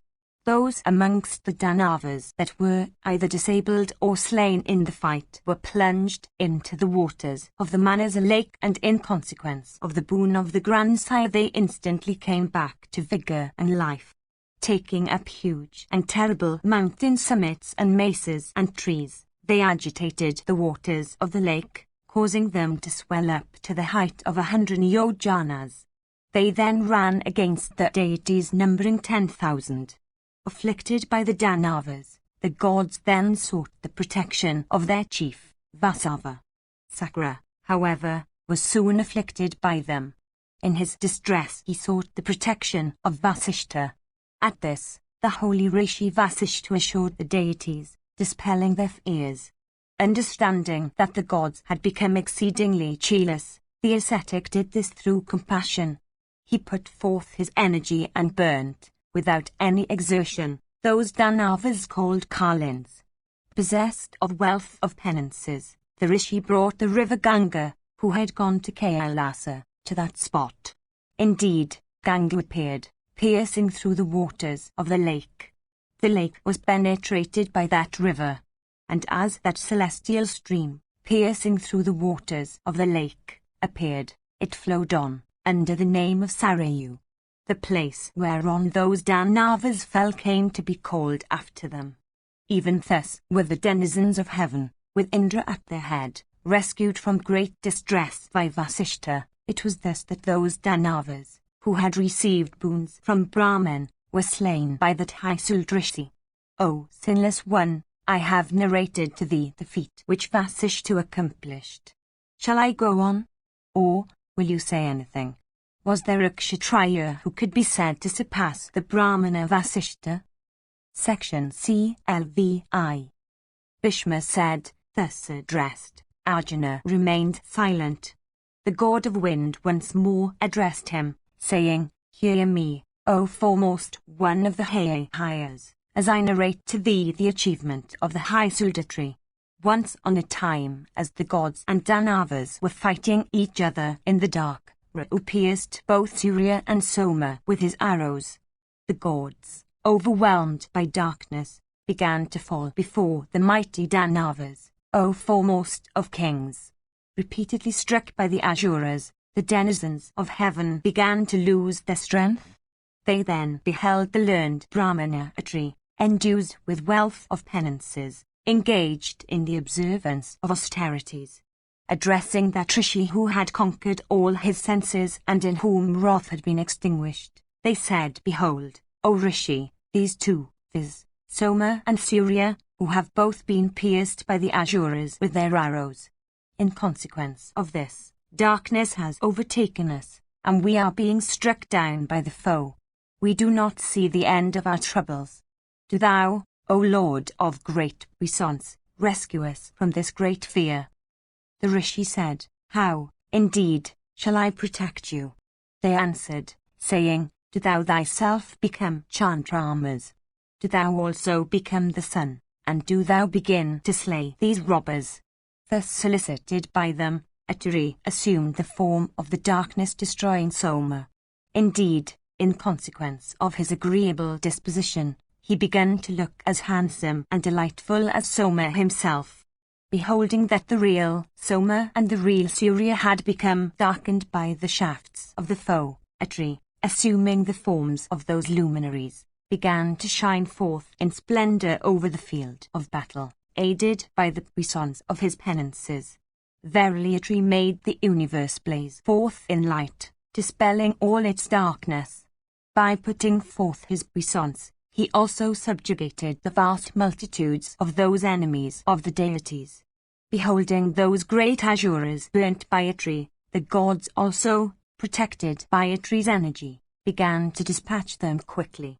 Putting forth his prowess and mastering all his energy, it was even in this way that Atri illumined the god of day, rescued the deities, and slew the Asuras.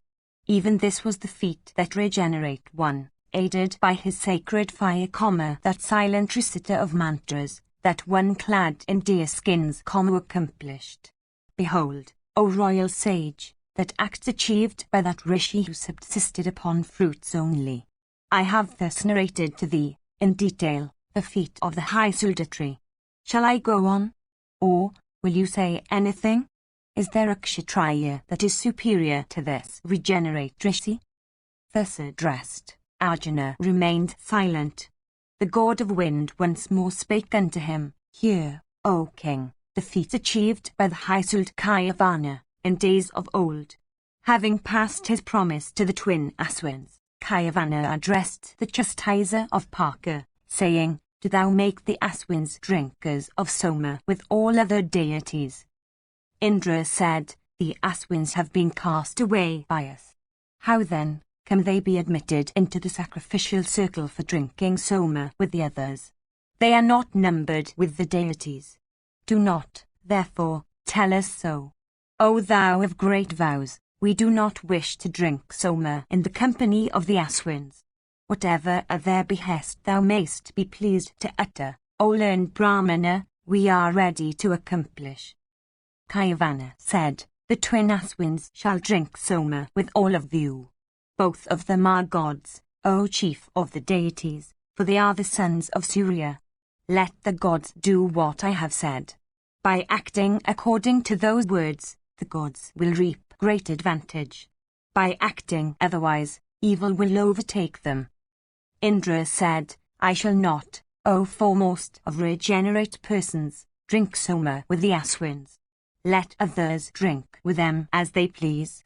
As regards myself, I dare not do it.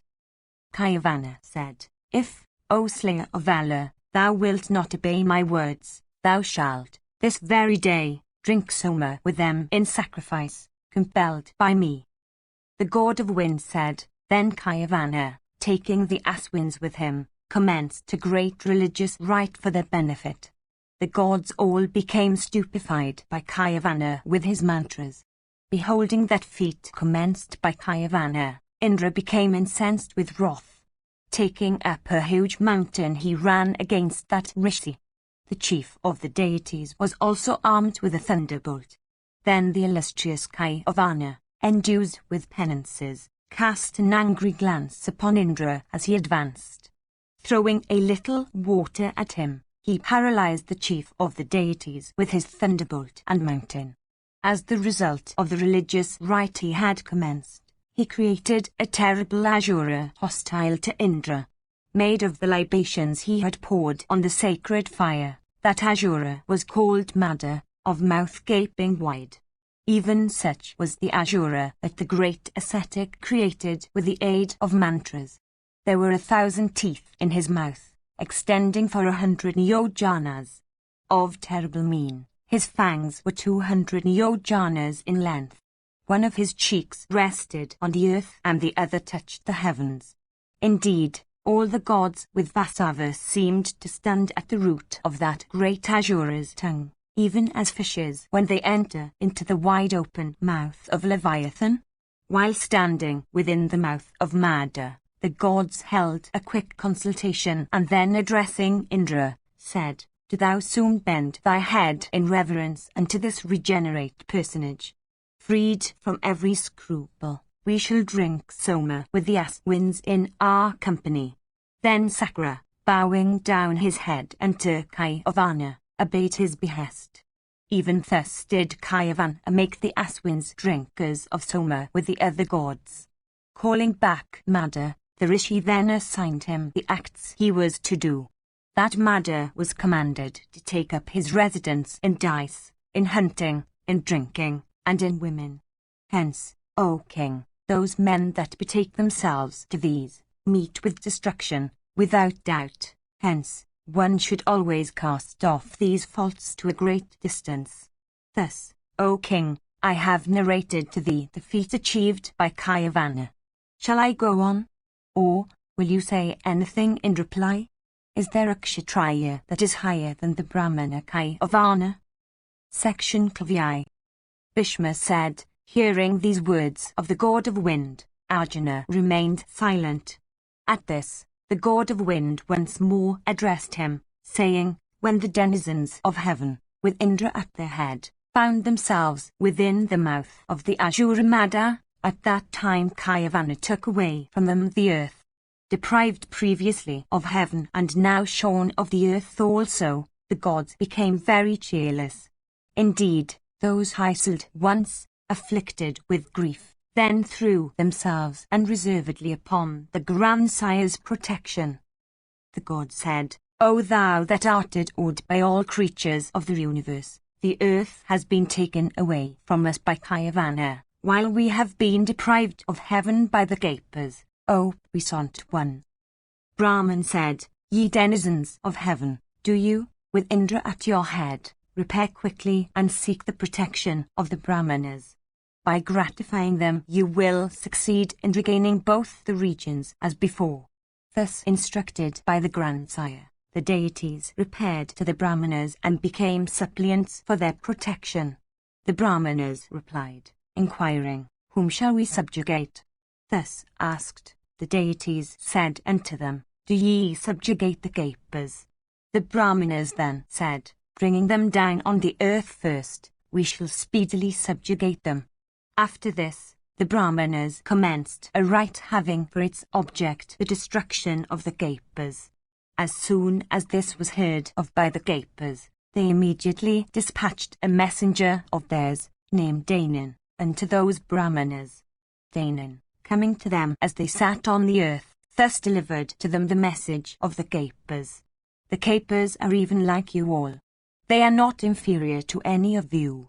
Hence, what will be the effect of these rites which you seem to be bent upon achieving? All of them are well conversant with the Vedas and possessed of wisdom. All of them are mindful of sacrifices. All of them have truth for their vow, and for these reasons all of them are regarded as equal to great rishis. The goddess of prosperity sports among them, and they, in their turn, support her with reverence. They never indulge in acts of fruitless congress with their wives, and they never eat the flesh of such animals as have not been killed in sacrifices. They pour libations on the blazing sacrificial fire every day, and are obedient to the behests of their preceptors and seniors. All of them are of souls under perfect control, and never take any food without dividing it duly among their children. They always proceed on cars and other vehicles together, without any of them riding his own vehicle while others journey on foot. They never indulge in acts of congress with their spouses when the latter are in midst of their functional period. They all act in such a way as to attain to regions of felicity hereafter. Indeed, they are always righteous in their deeds. When women quick with child or old men have not eaten, they never eat anything themselves. They never indulge in play or sports of any kind in the forenoon. They never sleep during the day. When the Kapers have these and many other virtues and accomplishments, why, indeed, would you seek to subjugate them? You should abstain from the endeavor. Verily, by such abstention you would achieve what is for your good. The Brahmanas said, "Oh, we shall subjugate the Kapers. In this matter, we are at one with the deities. Hence, the Kapers deserve slaughter at your hands. As regards Danan, he should return whence he came." After this, Danan, returning to the Kapers, said unto them, "The Brahmanas are not disposed to do you any good." Hearing this, all the Kapers took up their weapons and proceeded towards the Brahmanas. The Brahmanas, beholding the Kapers advancing against them with the standards of their cause upraised, forthwith created certain blazing fires for the destruction of the Kapers. Those eternal fires, created with the aid of Vedic mantras, having effected the destruction of the Kapers, began to shine in the firmament like so many golden clouds. The gods, having assembled together in battle, slew many of the Danavas. They did not know at that time that it was the Brahmanas who had effected their destruction. Then Narada, of great energy, coming there, O king, informed the deities how their foes, the Kapers, had been really slain by the Brahmanas of mighty energy, and not by deities themselves. Hearing these words of Narada, the denizens of heaven became highly gratified. They also applauded those regenerate allies of theirs that were possessed of great fame. The energy and prowess of the deities then began to increase, and worshipped in all the worlds. They acquired also the boon of immortality. After the god of wind had said these words, King Arjuna worshipped him duly and addressing him answered in these words, "Hear, O mighty armed monarch, what Arjuna said." Arjuna said, "O puissant God, always and by all means do I live for the Brahmanas. Devoted to them, I worship them always. Through the grace of Dattreya I have obtained this might of mine. Through his grace have I been able to accomplish great feats in the world and achieve high merit.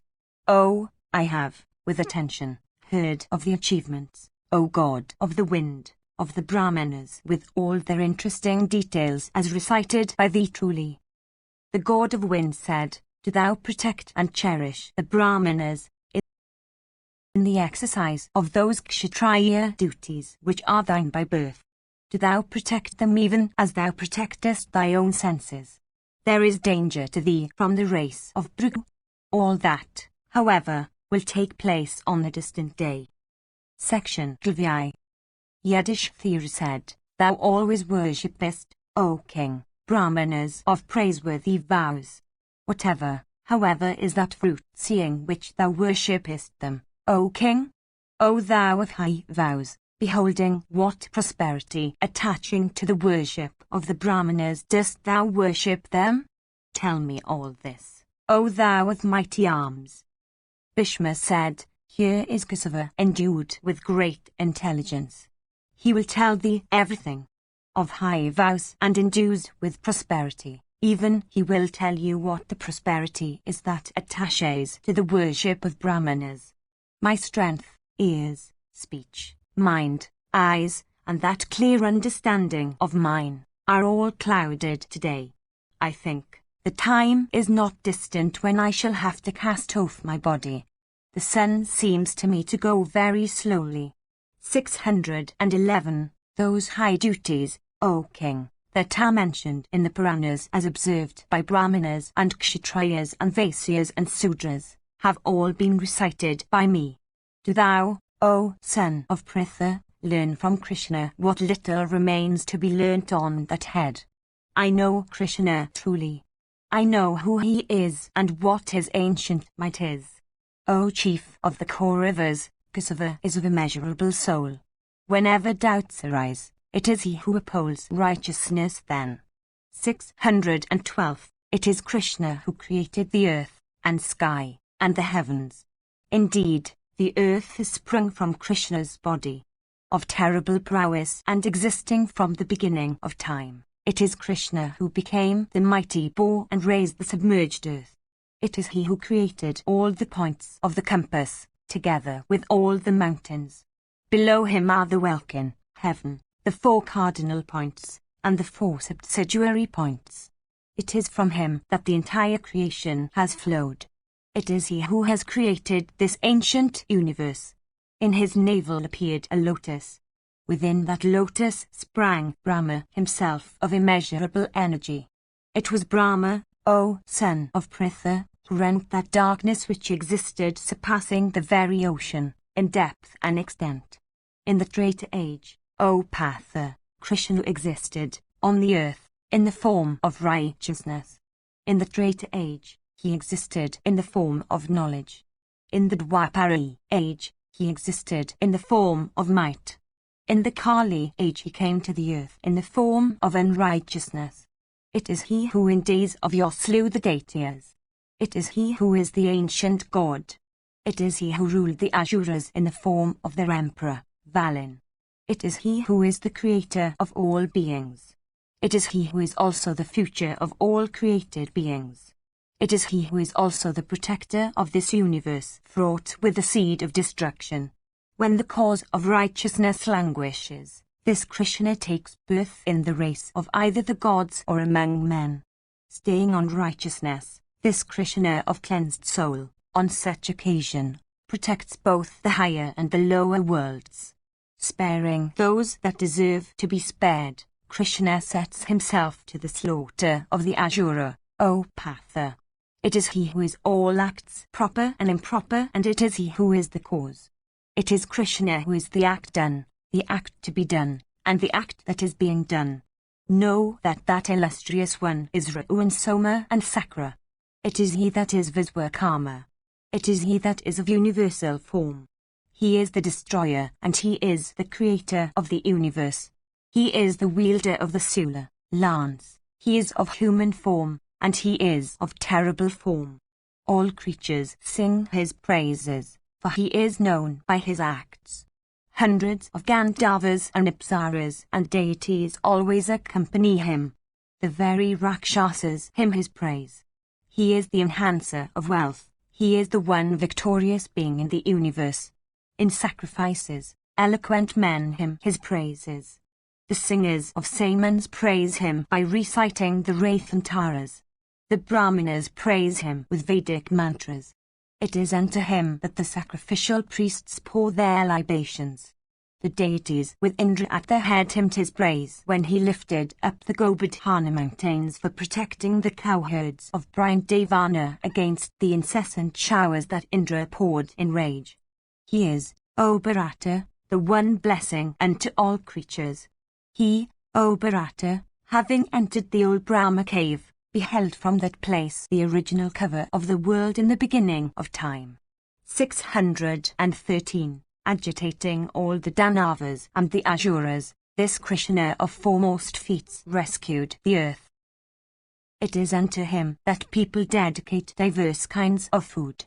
It is unto him that the warriors dedicate all kinds of their vehicles at the time of war.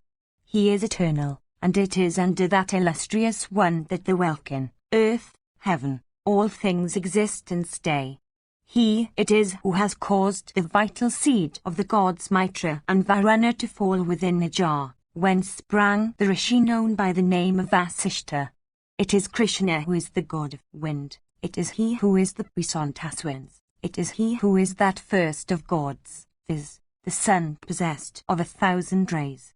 It is he by whom the Asuras have been subjugated. It is he who covered the 3 worlds with 3 steps of his. He is the soul of the deities and human beings, and Pitris. It is he who is the sacrifice performed by those persons that are conversant with the rituals of sacrifices.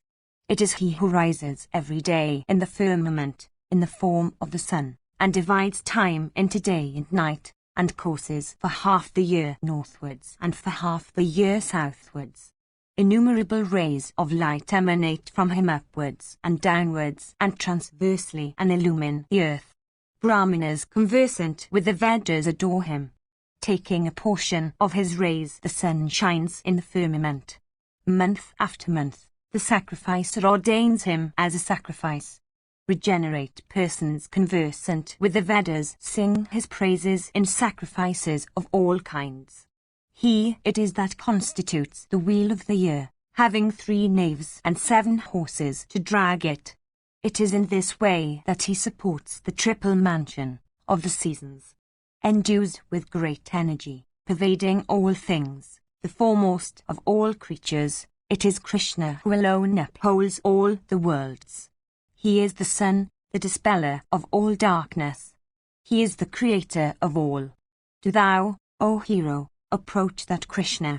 Once on a time, the high-souled and puissant Krishna dwelt, for a while, in the form of Agni in the forest of Kandava among some straw or dry grass. Soon was he gratified, for he consumed all the medicinal herbs in that forest. Capable of going everywhere at will, it was Krishna who, having subjugated the Rakshasas and Uragas, poured them as libations upon the blazing fire. It is Krishna who gave unto Arjuna a number of white steeds. It is he who is the creator of all steeds. This world, or human life, represents his car. He it is that yokes that car for setting it in motion. That car has 3 wheels, viz., the 3 attributes of sattva, rajas, and tamas. It has 3 kinds of motion, for it goes upwards or downwards or transversely, implying superior, inferior, and intermediate birth as brought about by acts. It has 4 horses yoked to it, viz., time, predestiny, the will of the deities, and one's own will.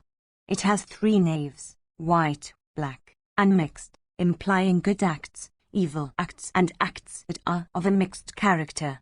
It is this Krishna who is the refuge of the 5 original elements with the sky among them. It is he who created the earth and heaven and the space between. Indeed, it is this Krishna of immeasurable and blazing energy who has created the forests and the mountains. It is this Krishna who, desirous of chastising Sakra, who was about to hurl his thunder at him, crossed the rivers and once paralyzed him. He is the one great Indra that is adored by the Brahmanas in great sacrifices with the aid of 1,000 old ricks. It was this Krishna, O king, who alone was able to keep the Rishi Davasa of great energy as a guest for some time in his house. He is said to be the one ancient Rishi. He is the creator of the universe. Indeed, he creates everything from his own nature. Superior to all the deities, it is he who teaches all the deities. He scrupulously observes all ancient ordinances. Know, O king, that this Krishna, who is called Vishwaksana, is the fruit of all acts that relate to pleasure, of all acts that are founded on the Vedas, and of all acts that appertain to the world. He is the white rays of light that are seen in all the worlds. He is the three worlds. He is the three regents of all the worlds. He is the three sacrificial fires.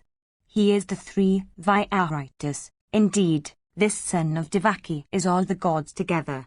He is the year, he is the seasons, he is the fortnights, he is the day and the night, he is those divisions of time which are called Kalas, and Kashthas, and Maitras, and Murtas, and Lavas, and Kshanas. Know that this Vishwaksana is all these.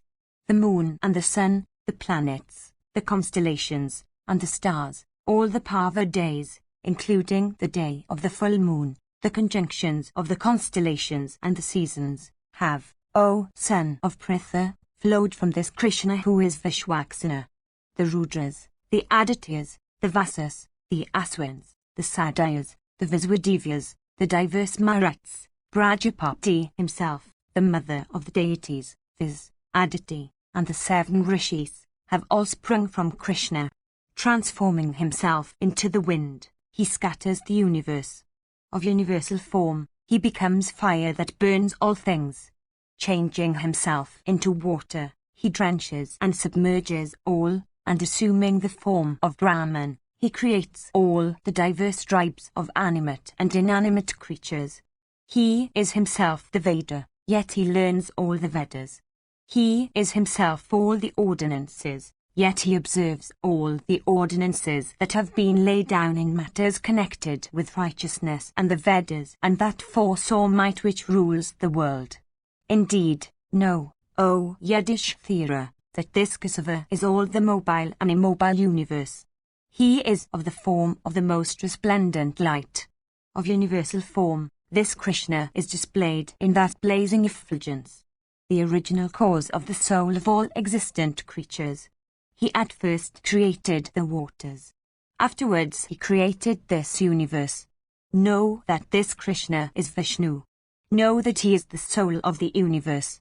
Know that he is all the seasons. He is these diverse, wonderful vegetations of nature which we see. He is the clouds that pour rain and the lightning that flashes in the sky. He is the elephant Theravada. In fact, he is all the immobile and mobile universe, the abode of the universe and transcending all attributes. This Krishna is Vasudeva. When he becomes Jiva, he comes to be called Sankarsana. Next, he transforms himself into Pradama and then into Aniruddha. In this way, the high-souled Krishna, who has himself for his origin, divides, or displays, himself in fourfold form. Desirous of creating this universe which consists of the fivefold primal elements, he sets himself to his task, and causes it to go on in the fivefold form of animate existence consisting of deities and asuras and human beings and beasts and birds. He it is that then creates the earth and the wind, the sky, light, and also water, O son of Pritha. Having created this universe of immobile and mobile objects distributed into 4 orders of being, viz., viviparous, aviparous, vegetable and filth-born, he then created the earth with her 5-fold seed. He then created the firmament for pouring copious showers of water on the earth. 614. Without doubt, O king, it is this Krishna who has created this universe. His origin is in his own self. It is he who causes all things to exist through his own puissance. He it is that has created the deities, the asuras, the human beings, the world, the rishis, the pitras, and all creatures. Desirous of creating, that Lord of all creatures duly created the whole universe of life.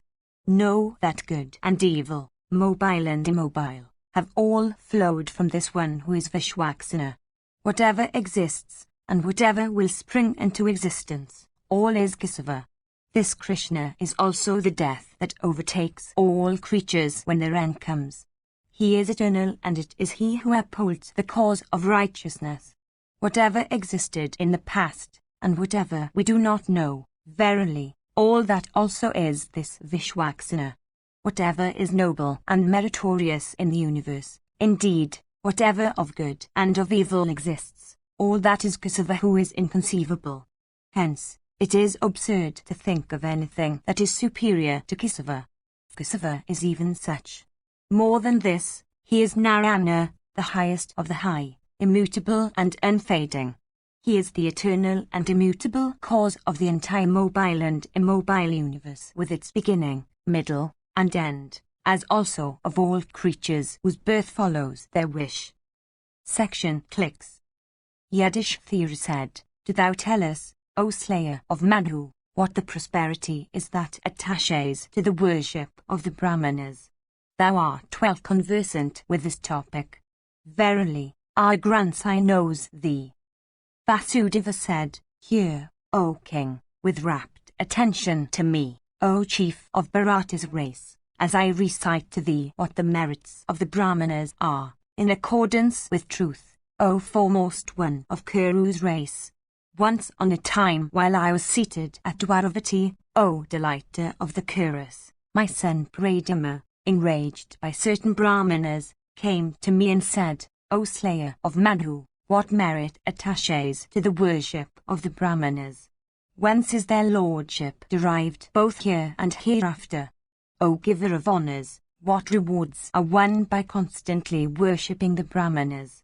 Do thou kindly explain this clearly to me, for my mind is disturbed by doubts in respect of this." When these words were addressed to me by Pradama, I answered him as follows.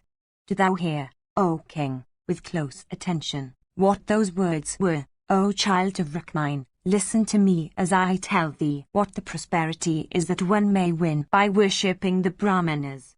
When one sets oneself to the acquisition of the well-known aggregate of three, viz., righteousness, wealth, and pleasure, or to the achievement of emancipation, or to that of fame and prosperity, or to the treatment and cure of disease, or to the worship of the deities and the Pitras, one should take care to gratify the regenerate ones. They are each a king's Soma, that sheds such agreeable light in the firmament. They are dispensers of happiness and misery. O child of Rukmini, whether in this or in the next world, O son, everything agreeable has its origin in the Brahmanas. I have no doubt in this. From the worship of the Brahmanas flow mighty achievements and fame and strength. The denizens of all the worlds, and the regents of the universe, are all worshippers of Brahmanas. How then, O son, can we disregard them, filled with the idea that we are lords of the earth? O mighty armed one, do not suffer thy wrath to embrace the Brahmanas as its object. In this as also in the next world, Brahmanas are regarded as beings. They have direct knowledge of everything in the universe. Verily, they are capable of reducing everything into ashes, if angry.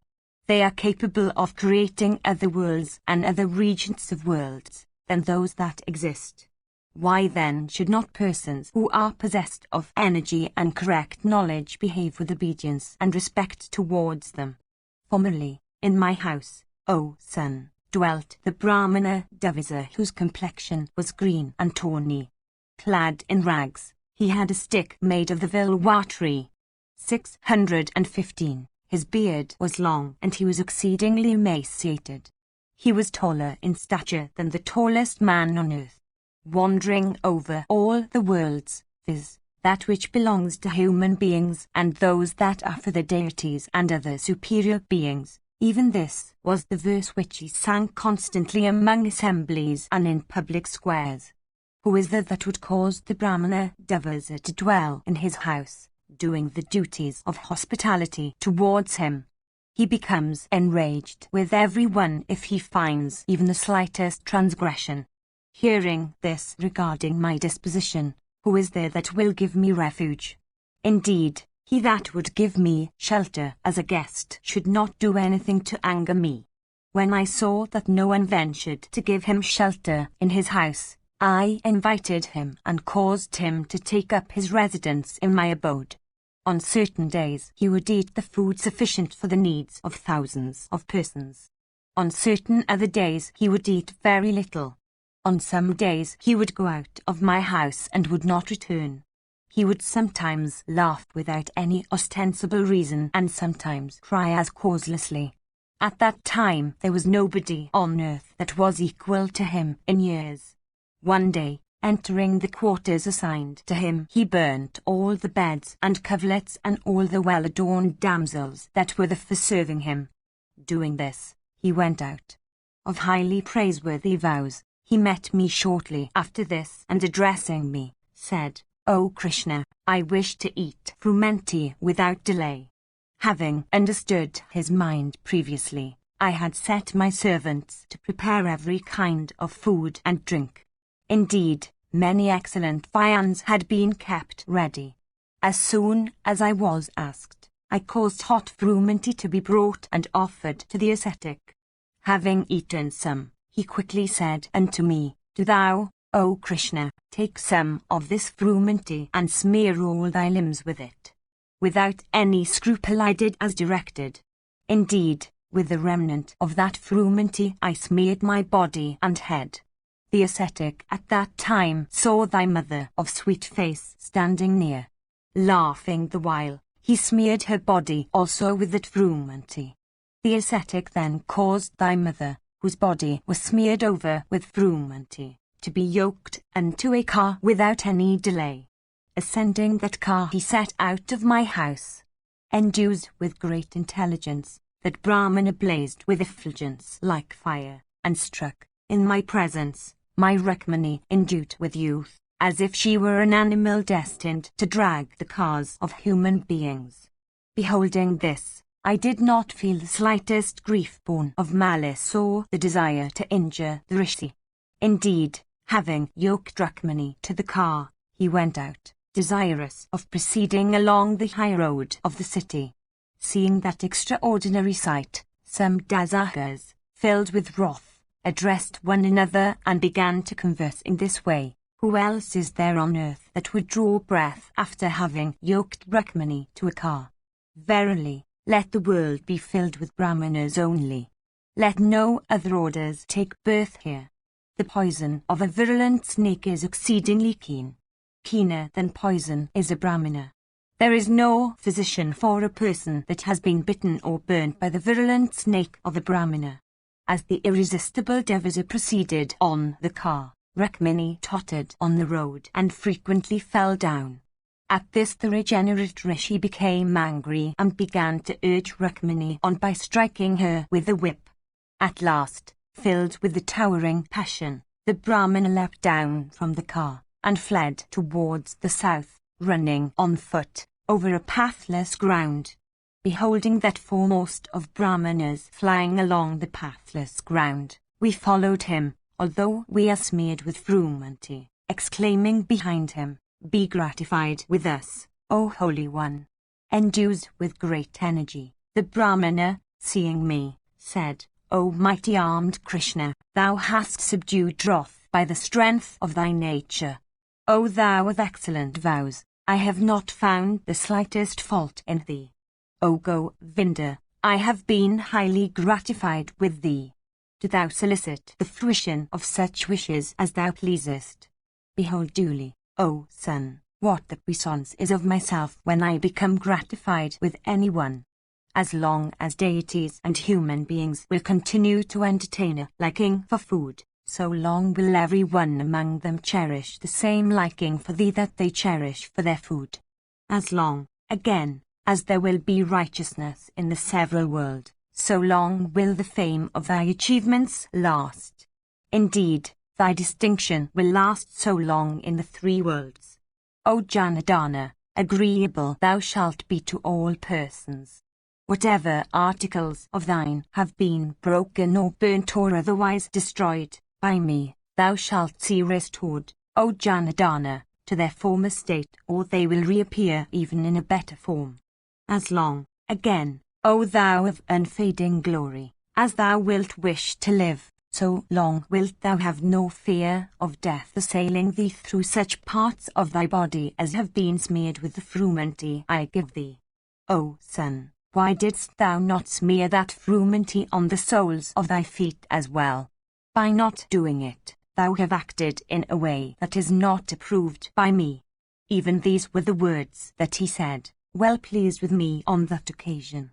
After he had ceased speaking, I saw that my body became endued with great beauty and splendor. And to Rukmini also, the Rishi, well pleased with her, said, O beautiful lady, thou shalt be the foremost one of thy sex in fame, and great glory and achievements will be thine. Decrepitude or disease or loss of complexion will never be thine. Every one will see thee engaged in waiting upon Krishna, possessed as thou already art with the fragrant odour which is always present in thee. Thou shalt become the foremost of all spouses, numbering 16,000, O Kesava. At last, when the time comes for thy departure from the world, thou shalt attain to the inseparable companionship of Krishna hereafter. Having said these words unto thy mother, the Rishi once more addressed me and uttering following words, left the spot. Indeed, the Rishi Devasa, blazing like a fire, said, O Kesava, let thy understanding be always disposed even thus towards the Brahmana. Very after uttering these words, that Brahmana disappeared there and then before my eyes. After his disappearance I took to the observance of the vow of uttering certain mantras silently without being heard by anybody. Verily, from that day I resolved to accomplish whatever behests I should receive from the Brahmanas. Having adopted this vow, O son, along with thy mother, both of us, with hearts filled with joy re-entered a palace. Entering a house I saw that everything which the Rishi had broken or burnt had reappeared and become new. Beholding those new articles, which had besides become more durable, I became filled with wonder. Verily, O son of Rukmini, from that day forth I have always worshipped the Brahmanas in my mind. Even this, O chief of Bharata's race, is what I said on that occasion regarding the greatness of those Brahmanas who are the foremost of their order. Do thou also, O son of Kunti, worship the highly blessed Brahmanas every day with gifts of wealth and kine, O puissant one. It was in this way that I acquired the prosperity I enjoy. The prosperity that is born of the grace of Brahmanas. Whatever, again, Bhishma has said of me, O chief of the Bharatas, is all true. Section CLX. Yudhishthira said, It behoveth thee, O slayer of Madhu, to expound to me that knowledge which thou hast acquired through the grace of Devasa.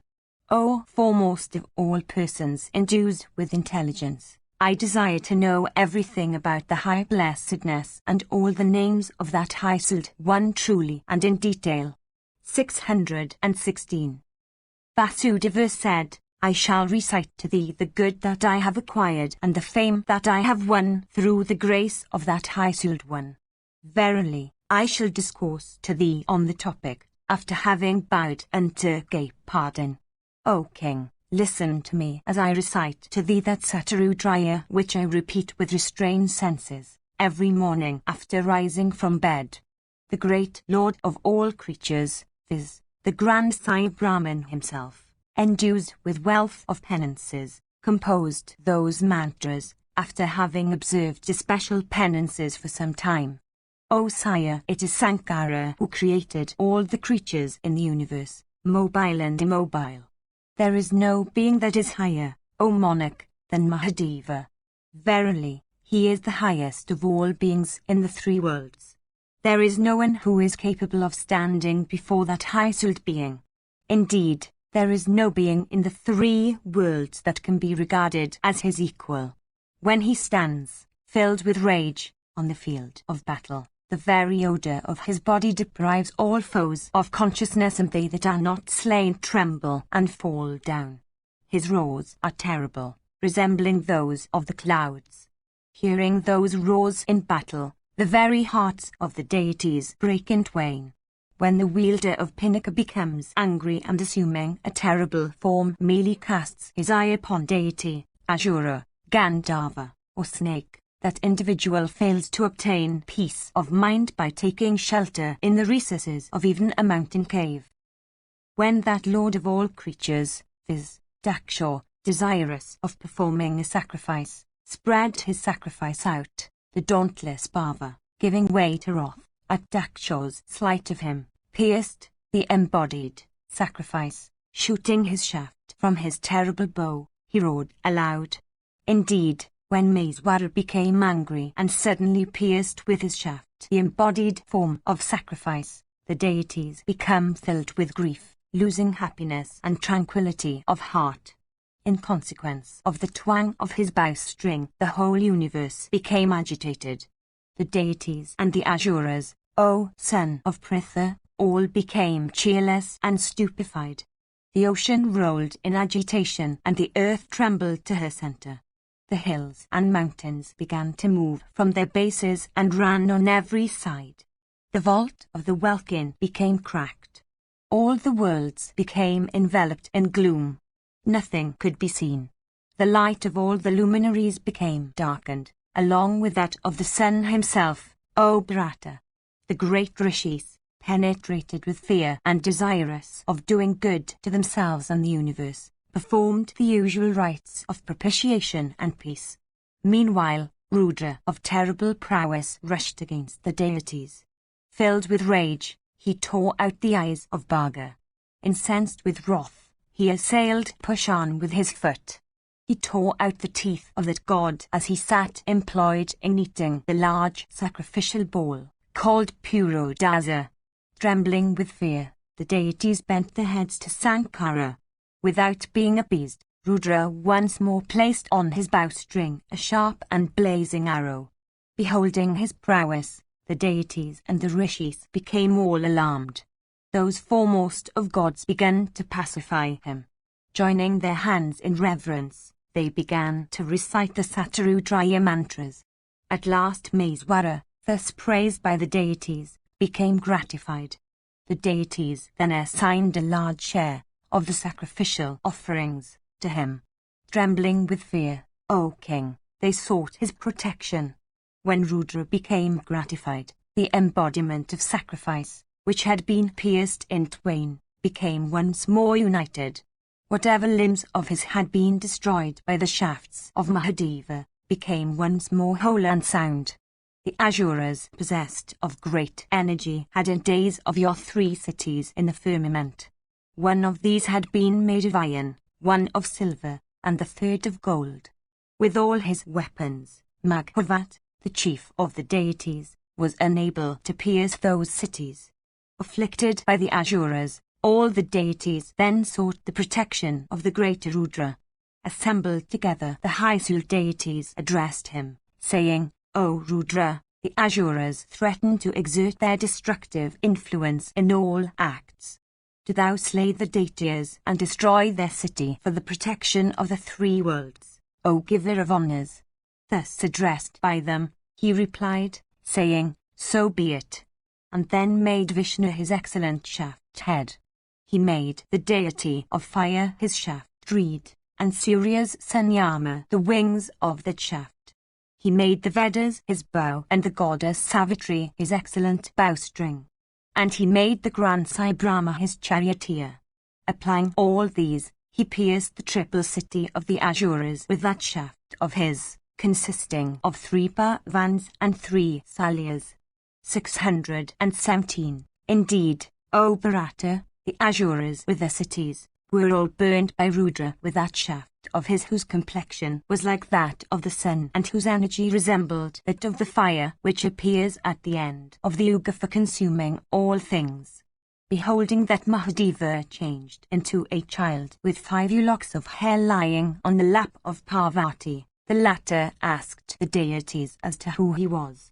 Seeing the child, Sakra became suddenly filled with jealousy and wrath and resolved to kill him with his thunder. The child, however, paralyzed the arm, looking like a mace of iron, of Indra with the thunderbolt in it.